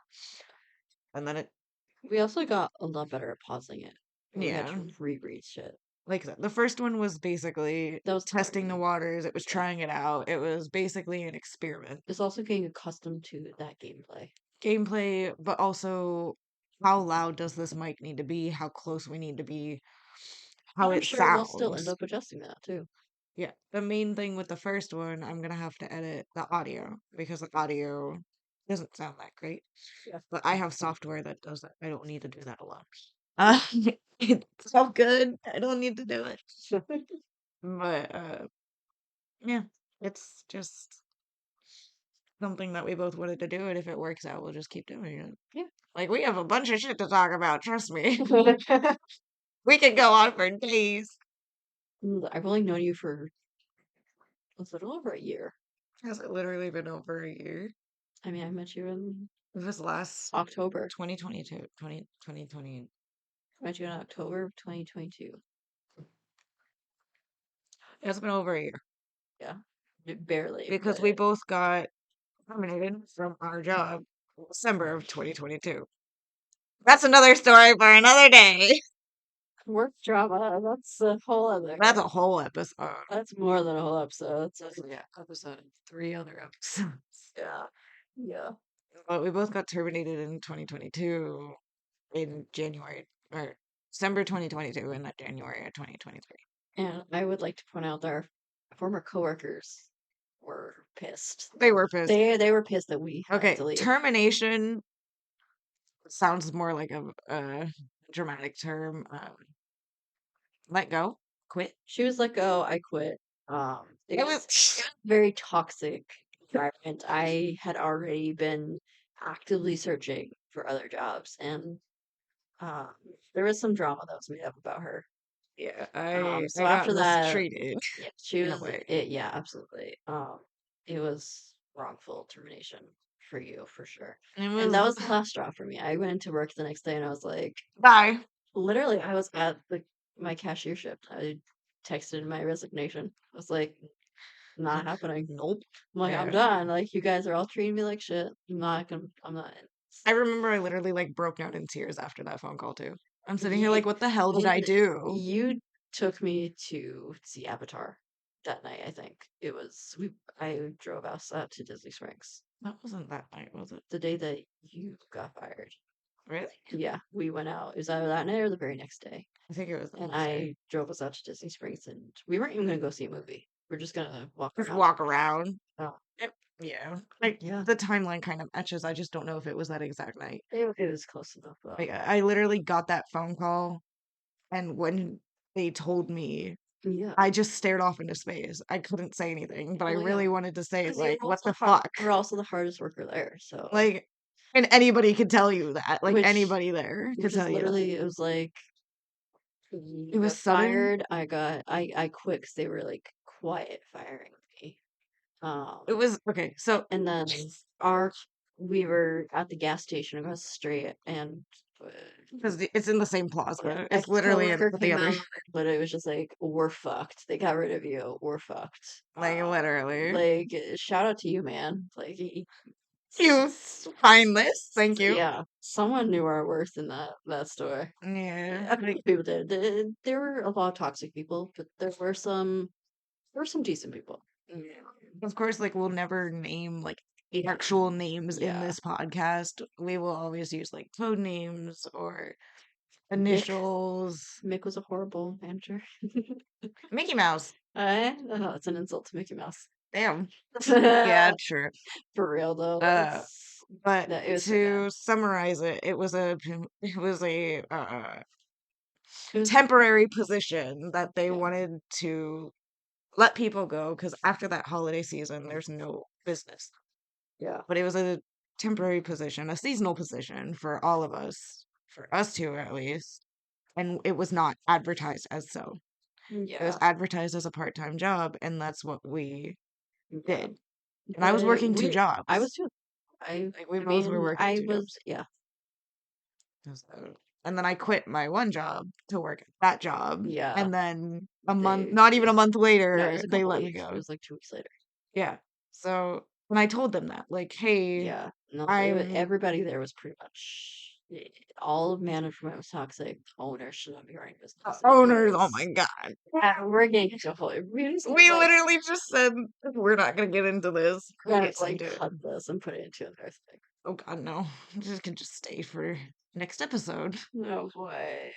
Stay tuned for next episode. Yeah, stay tuned for all this stuff. There's gonna be so much of it. Oh boy.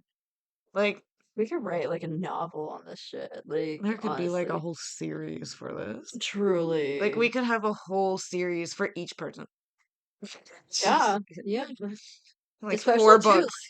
like, we've been through so many jobs at this point that all had I mean, so many me? toxic 3. people. Same. Since I've known you. Yeah, same. It's not that bad though. Well, like for each place to have such a toxic I mean, mine work currently environment. not that bad, but that's another story. That's definitely another It's not story. as I bad. disagree. It is not as bad. As a person witnessing all this. But it's not as bad as Wow. Mickey. Yeah. Like it's not as bad. That's yeah. This Yeah, one that's is an just everyday setting. this. Yeah, The current job is just on edge. I feel like very much so. so it's just causing tension in the With workplace everybody. with literally everyone. But we've been talking for an hour. We finished the game an hour ago. So boy. I mean, this is what podcast is. Oh my god, it is 5 a.m. I told you we've been talking for an You hour. may want to meet with your mom later. We're supposed to be up in like 4 hours.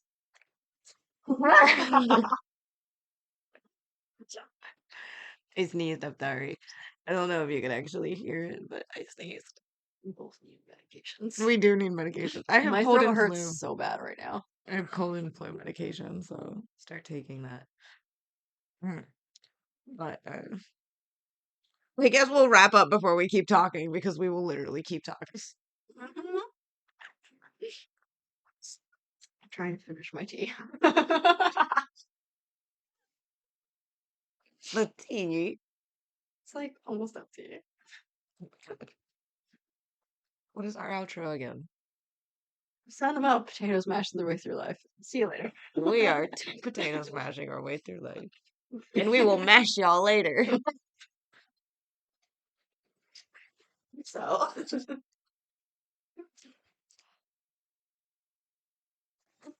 Close it out. Don't end up you coughing. Okay, bye!